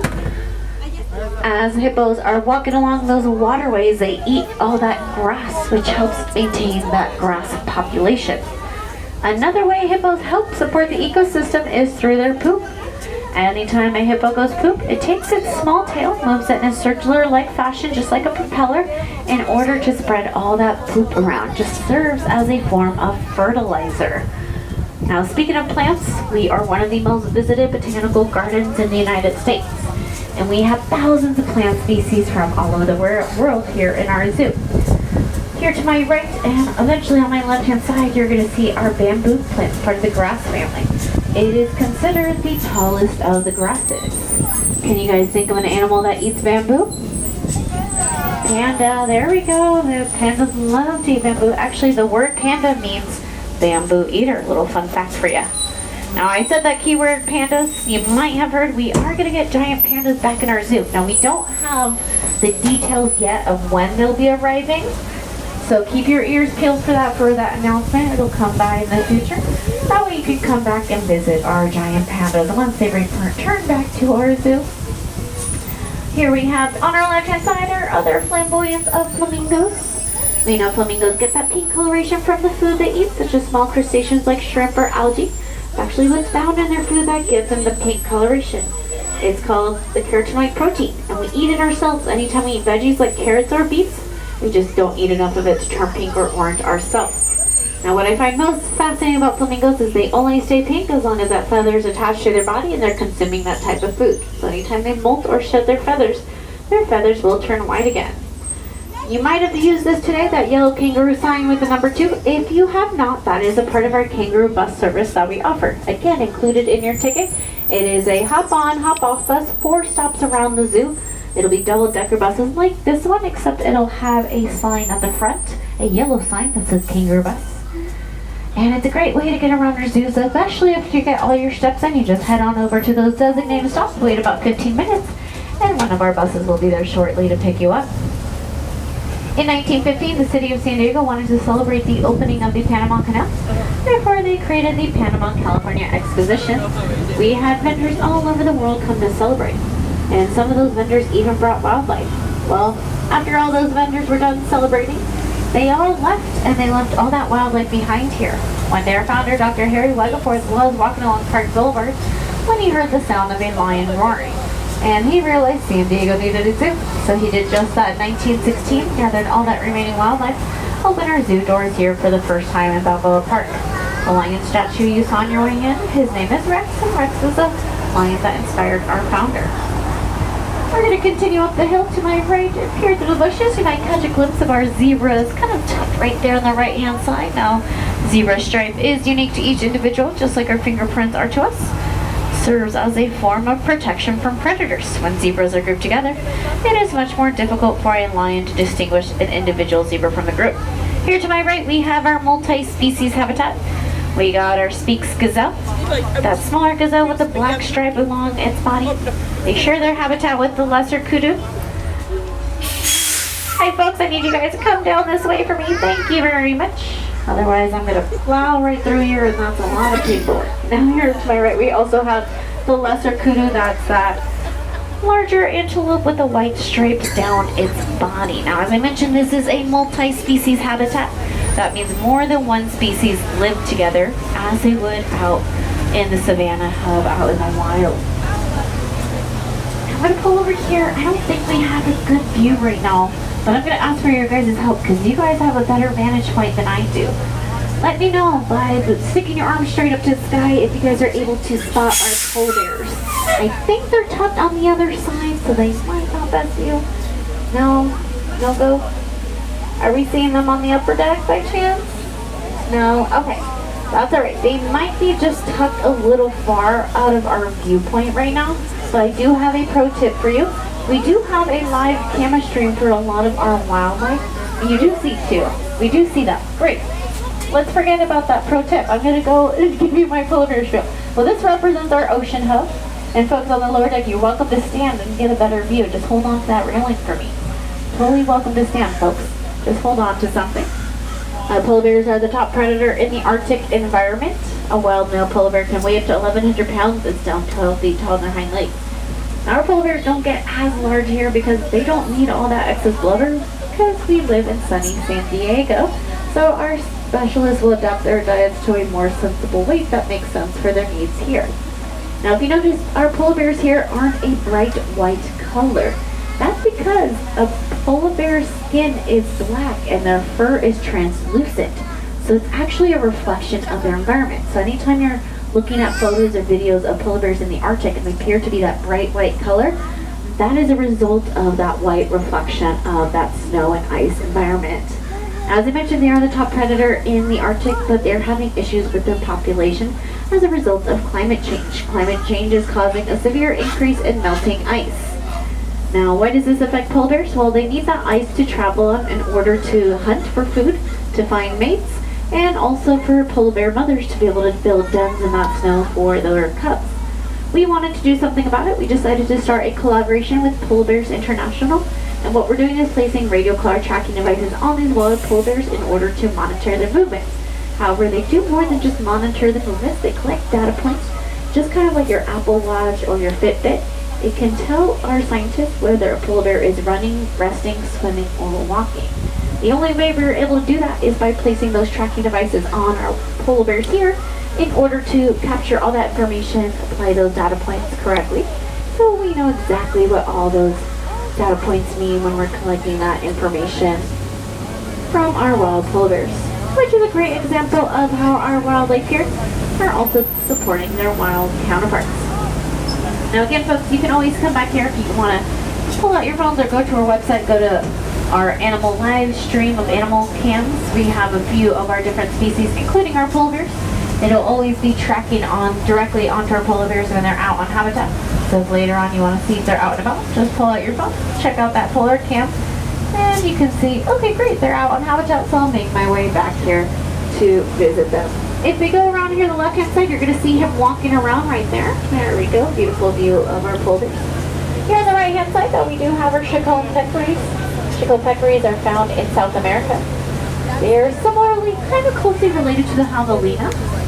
Now, based on fossil remains discovered, they're believed to be extinct for the longest time. They're actually most recently found alive back in 1975. We've reached the back of the zoo. To my left is our Skyfari aerial trip. From here, it's a 3 to 4 minute ride back to the front of the zoo. You can also pick it up at the front. Find yourself back here at the back of the zoo. Again, a great way to come back here to visit our polar bears later today. Oh, we have a nice treat. I see our mountain lion is out today. If you look to the left-hand side at the top of the cliff, kind of goes down one, you can see a beautiful view of our mountain lion. That is my first sighting of him today.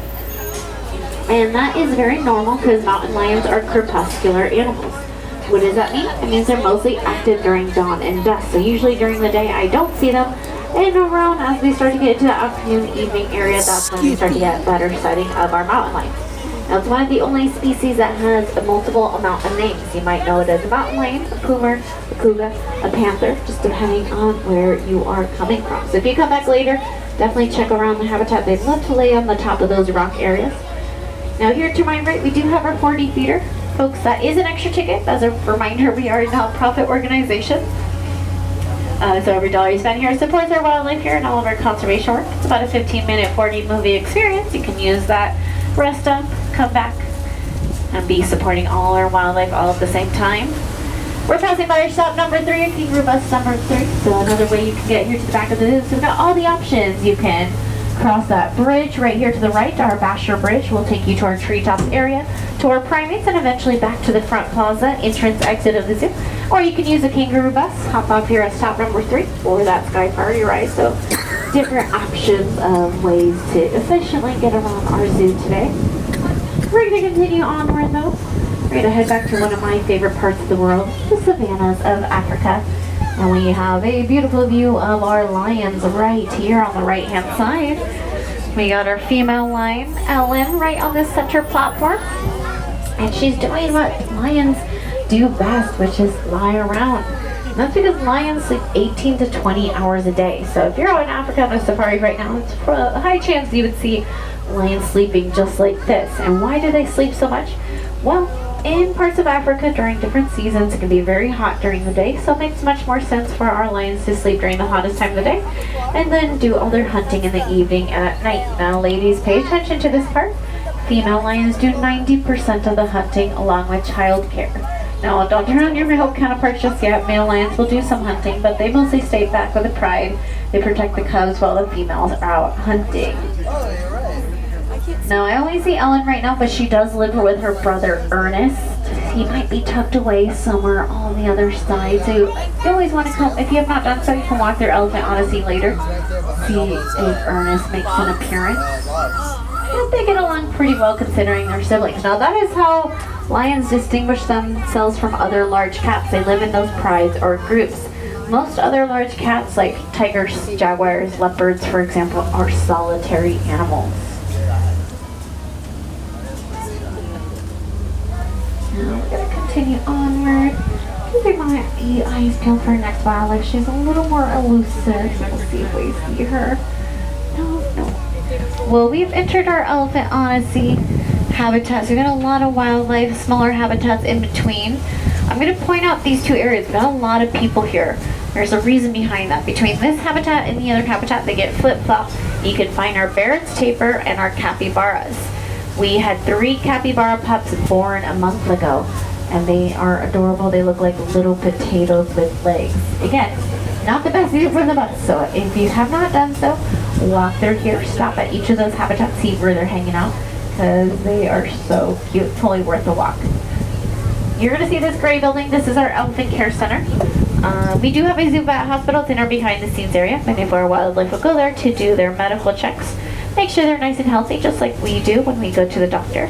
But as you can imagine, moving an elephant isn't as easy.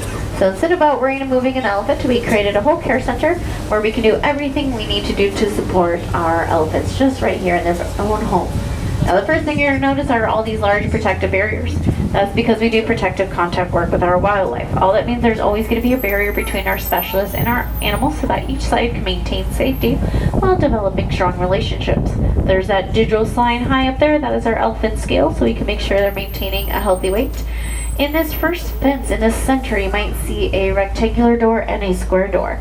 Well, those doors do open, and that's how we can examine our elephant's ears and feet. And elephant's feet health is very important, so each of our elephants gets a weekly pedicure to maintain that feet health. Sweet deal, right, ladies? I don't have to think twice. If I had to be an animal here at the zoo, I already know I'd be an elephant, because sign me up for those free weekly pedicures. Now, I just spotted our bachelor herd. We have 3 male elephants, so I'm going to continue around the corner. But you're going to see one of our males right here on the right-hand side. It looks like he's using that trunk right now to grab that food. There's 2 types of elephants in the world. There's Asian elephants and African elephants. Easiest way to distinguish them is through their ears. Asian elephants have smaller ears, while African elephants have larger ears. Often looks like the shape of the continent of Africa. So here in our facility, we have African elephants. Now it looks like they're enjoying a late night snack right now. And they're using that very powerful tool, that trunk, to grab that food. It's a very important tool on an elephant. They use it for breathing, for smelling, for grabbing food. They can pick up to 8 liters of water with that trunk.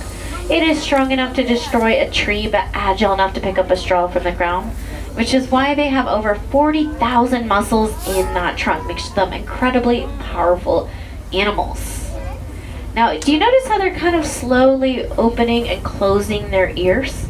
Well, they serve more than just identifying them. That's their personal ear conditioning unit, is what we call it. Elephants will move their ears back and forth in order to regulate their body temperature. So right now, they're barely moving it, very slowly, if not that much at all. That means they're feeling a tiny bit toasty, but not very hot. So they're pretty nice and relaxed. So the flatter they have it, the more comfortable they are. You're gonna see a lot of mud over them. That's because our specialist created a mud bath for them. An elephant's skin is very sensitive and prone to sunburns, even though it is 1 inch in thickness. So they place dirt on their back and mud as their version of sunscreen. So they were having a good time with that earlier today. We do work with 2 organizations to support wild elephants. One of them is called Ritteti Orphanage. Unfortunately, folks, we have a high number of orphan elephants in Africa due to 2 reasons. Climate change is causing a severe drought, and due to the illegal poaching for ivory, those tusks. One way you can help, don't buy those tusks, and that's one way you can help protect those wild elephants. Now, Ritteti is taking in these orphan elephants to rehabilitate them, but they're struggling to mimic an elephant's mom's milk. They asked us for our help. We studied our nursing moms and learned that the best substitute for an elephant's mom's milk is goat's milk. We provided that information to Ritteti, and now they're utilizing that goat's milk to rehab those orphan elephants and eventually reintroduce them into the wild. Now, those boys, they are brothers. Well, it was their mom that participated in that milk study. So a great example of how our wildlife here are supporting their wildlife counterparts. Here to my right, you're going to catch a glimpse of our dromedary camel. It is considered a dromedary camel because it has 1 hump. People often believe there is milk or water in that hump. It's actually fat used as an extra energy source. If you've ever seen a camel with 2 humps, that is considered a Bactrian camel. Do you guys know what you call a camel with no humps? Hump-free. Somebody laughed. Just 1 person. I'll take it. I gotta do a dad joke for the dads. Alright, folks. So we're gonna come around the corner. I'm excited to share with you one of my other favorite conservation stories. It has to do with our handsome California condor right here, right on this tree right now, kind of resting. Back in the 80s, there was only 22 left. They almost went extinct. Now, let me give you a little bit of perspective. Currently sitting on the lower deck, there's about 38 of you. So at one point in time, there was less California condors in the world than there are people sitting on the lower deck right now. Just a little bit of perspective. We don't want them to go extinct, so we decided to start a collaboration with U.S. Fish and Wildlife, and we started a reproductive program. Well, I'm happy to tell you folks, we've been able to raise our numbers from 22 to over 500. Now, we're not going to stop there. We're going to continue growing their population, but we have a reintroduction program. So you can see them flying over Northern California, the Grand Canyon, and working on expanding into the Mexican habitat. They are considered a keystone species. What does that mean? It just means they're pivotal to the ecosystem. Why? They eat that carcass that's left behind. Not only does that clean our environment, but it reduces the possibility of a disease outbreak. So folks, we really can't live in a world without California condors. Now they do have a large wingspan of 10 feet. So if they were in the middle of our bus right now, they'd be able to touch both sides of the bus. Well, folks, at this point, I'll share with you a few of my favorite conservation stories regarding our work with our California condors, our polar bears, our elephants. I love sharing all those stories with you because they're all very different what we're doing. However, they do all have a common theme, and that is collaboration. Unfortunately, folks, conservation is complicated. There's not a one solution that fits all. However, what we have learned over time is when we collaborate with organizations around the world, we're able to come up with those innovative solutions to support what I like to call the trifecta, the wildlife, the environment, and local communities, in order to promote a world of human-wildlife coexistence. Again, that is our vision here. Our goal is to create that world where all life thrives. Up ahead on the right, we're going to be passing by our Kopi habitat. Kopi are these round boulder rock-like formations you see here. They are found in Africa. Think Pride Rock from the Lion King. That is considered a Kopi habitat. But I am going to turn your attention here to my left-hand side to our fruit garden. Does anybody recognize that plant? There it is, bananas, good job. We have a variety of other fruits here, including our dragon fruit. Now, once these fruits are ready to be picked, they are given back to our wildlife as a part of their diet, like our avian species, our primates, our elephants, to name a few. Obviously, we have hundreds of hundreds of animals.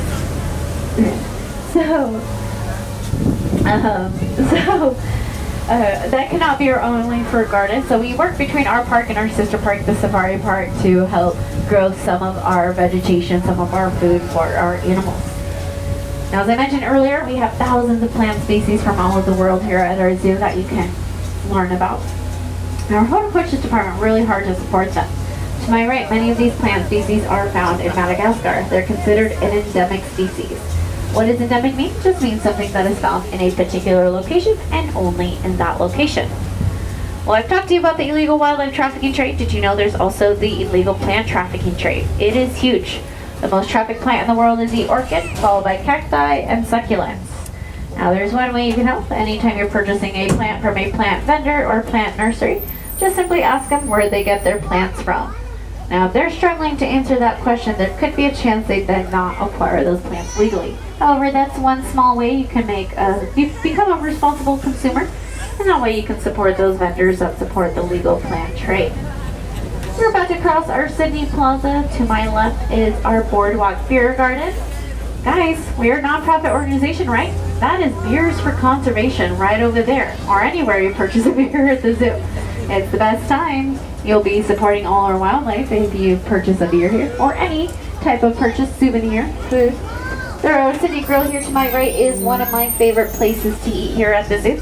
Of course, if neither of these areas appeal to you, you can always check your map or download the San Diego Zoo app onto your phone. It has all of our restaurants, their locations, and the different types of food they have to offer. That way you can find what best fits your needs for today.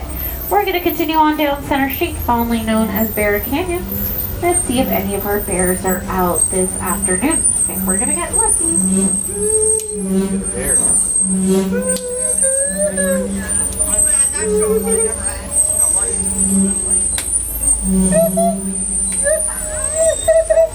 This is our Andean bear, our male Andean bear by the name of Turbo. Andean bears are the only bears found in South America, in that Amazon area. They're also known as spectacle bears. They have that white outlining around their eyes that makes it look like they're wearing glasses or spectacles. Now, Andean bears are solitary animals. It's very normal to see one out alone in their habitats. They're very hard to study out in the wild. They're very shy and timid bears, and they like to climb high in those trees. That's why you see a lot of tree-like structures in the habitat, or high up in those mountains, making it very challenging for researchers to be able to observe them and learn about them. But one thing we do know is that they are endangered. Their population is low in numbers, and that's a result of deforestation of the rainforest, mining, ranching, farming, and logging. We are working with logging companies in parts of the Amazon in South America to promote sustainable logging practices. However, there is one way you can help. If you enjoy coffee, consider changing your coffee to shade-grown coffee. All that means is that coffee is made sustainably, so it supports the wildlife, the environment, and the local communities. We do sell that in our gift shops here if you want to check that out, or you can always just look for those brands that support that shade-grown coffee growth. All right, Turbo, we'll see you later.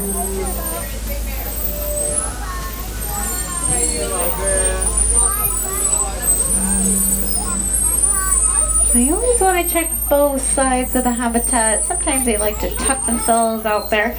Our grizzly bears up ahead, they have access to both sides of the habitat at the same time. So if you don't want to see them on one side, then you gotta go over to that other side, see if they're hanging out there, which I suspect they're hanging out on the other side right now. Oh yeah, bear nap time. We got our brother grizzly bears here to the left of their habitat, enjoying a nice bear nap. This is Scout in Montana. They are grizzly bears. They come to us from Yellowstone. Now they are rescues. Why are they rescues? Well, Mom learned a bad habit. Since humans were not disposing their trash properly, she started rummaging through dumpsters and trash cans looking for food. It became a huge safety issue, so unfortunately it was decided to separate the mom from the two cubs. Fortunately for these two, they were able to stay together, come live here at the San Diego Zoo. However, this is a prime example why you should never feed wildlife out in the wild, no matter how cute you might think they look. They're not always guaranteed a positive ending. In this case, our mom was sent to another zoo and our two brothers were able to stay together here. So it's one of the few cases where it was a positive ending. Now the grizzly bear is on the California state flag, but they've long been extinct in California. Last known sighting of a grizzly bear was in 1924 in the Sequoias in Northern California. So it's been 100 years since we've had grizzly bears here. Oh, we got a nice itch right there. Now, I always like to tell people, if you're out camping or hiking, just avoid feeding wildlife. If you're in bear country, use that, oh, plop, there we go. It's a big stretch. I might get a little bit of his face. If you're in bear country, use that bear storage safe container. They have a very good sense of smell and very powerful claws. You might kind of see his claws right there.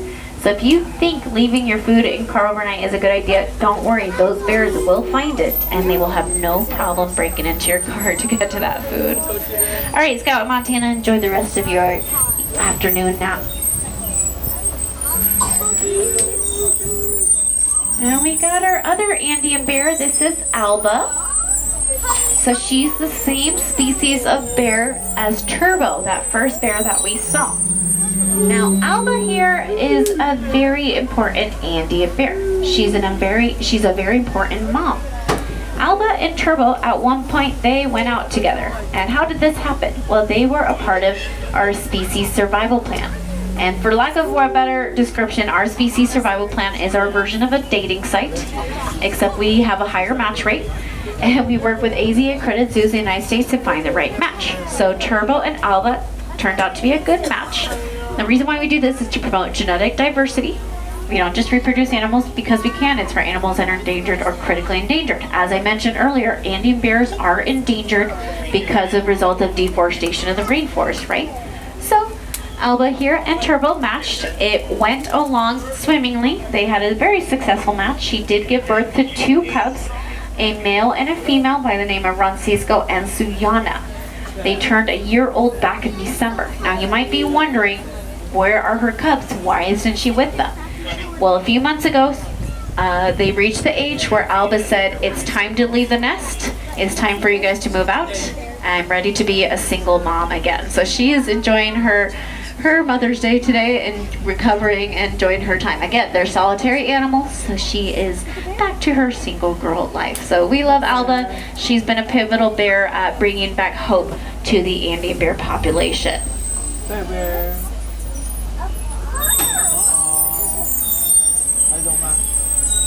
Now, Alba also has access to both habitats, so if you don't see her on one side, go to the other side. She's on the other side, folks. You're not going to see anything there. Alright, folks. We're going to head back into our rainforest. You might feel a 3 to 4 degree temperature drop. That's because rainforests have these large canopies at the top that allow for those temperature changes.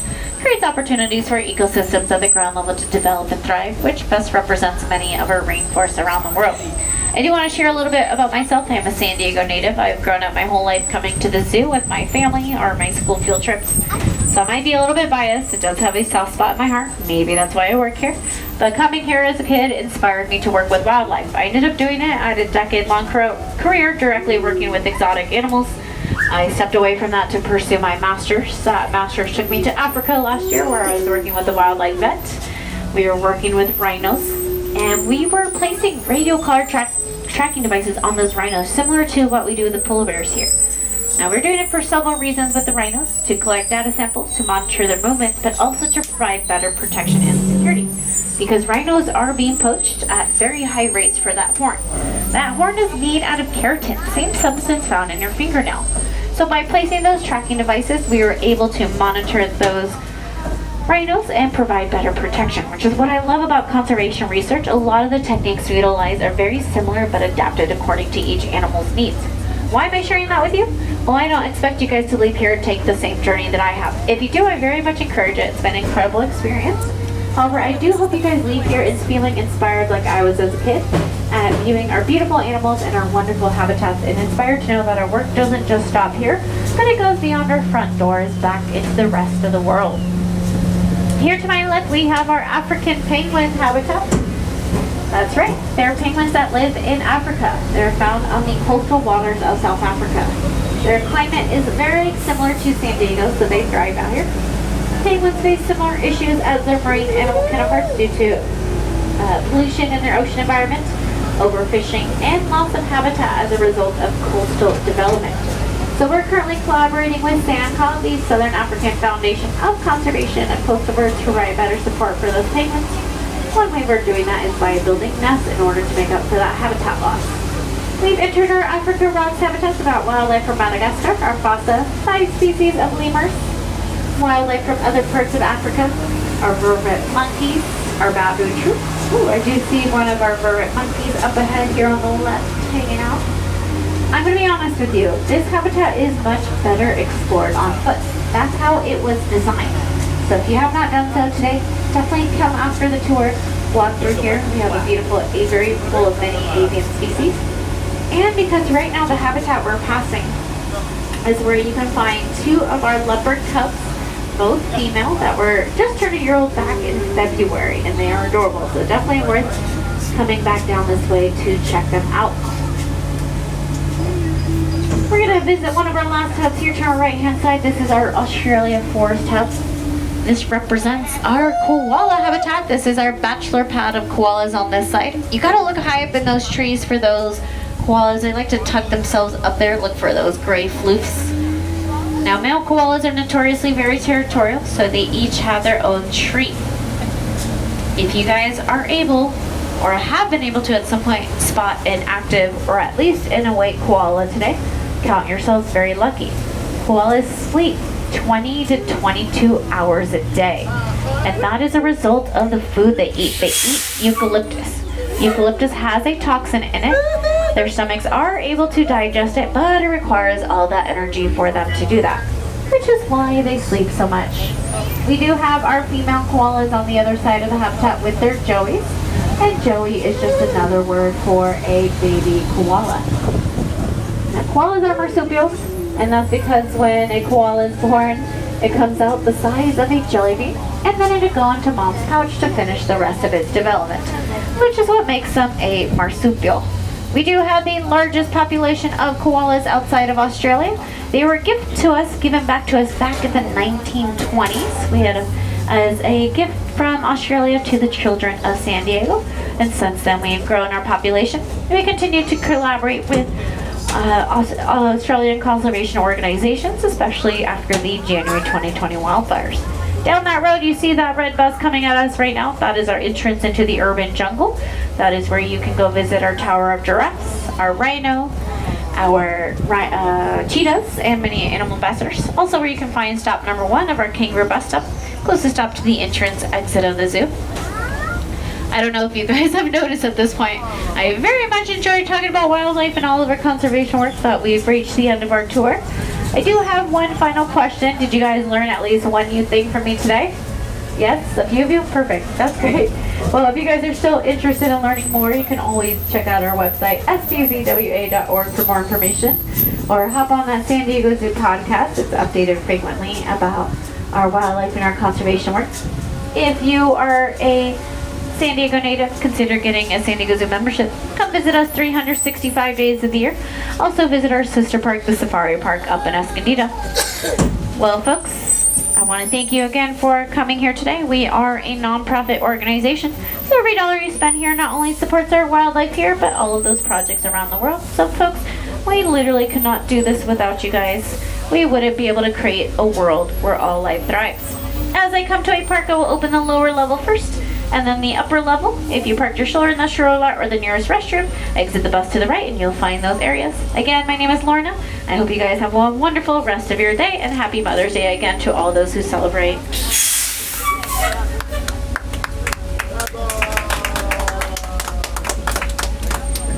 So there you have it. We're calling it a day and hope to be here again. Maybe not quite as long ago as the last one, but anyway, hope you enjoyed this show and thanks for watching. See you again. Oh, okay, to wrap it up, was it a good day over at the San Diego Zoo? Yes, it was. It was very interesting. The next time it would be nice if brought along some friends or family along. share the experience. But for now, it was a vlog experience in HDR. Technical thing right there. Anyway, thanks for watching, and we'll hope to see you again soon.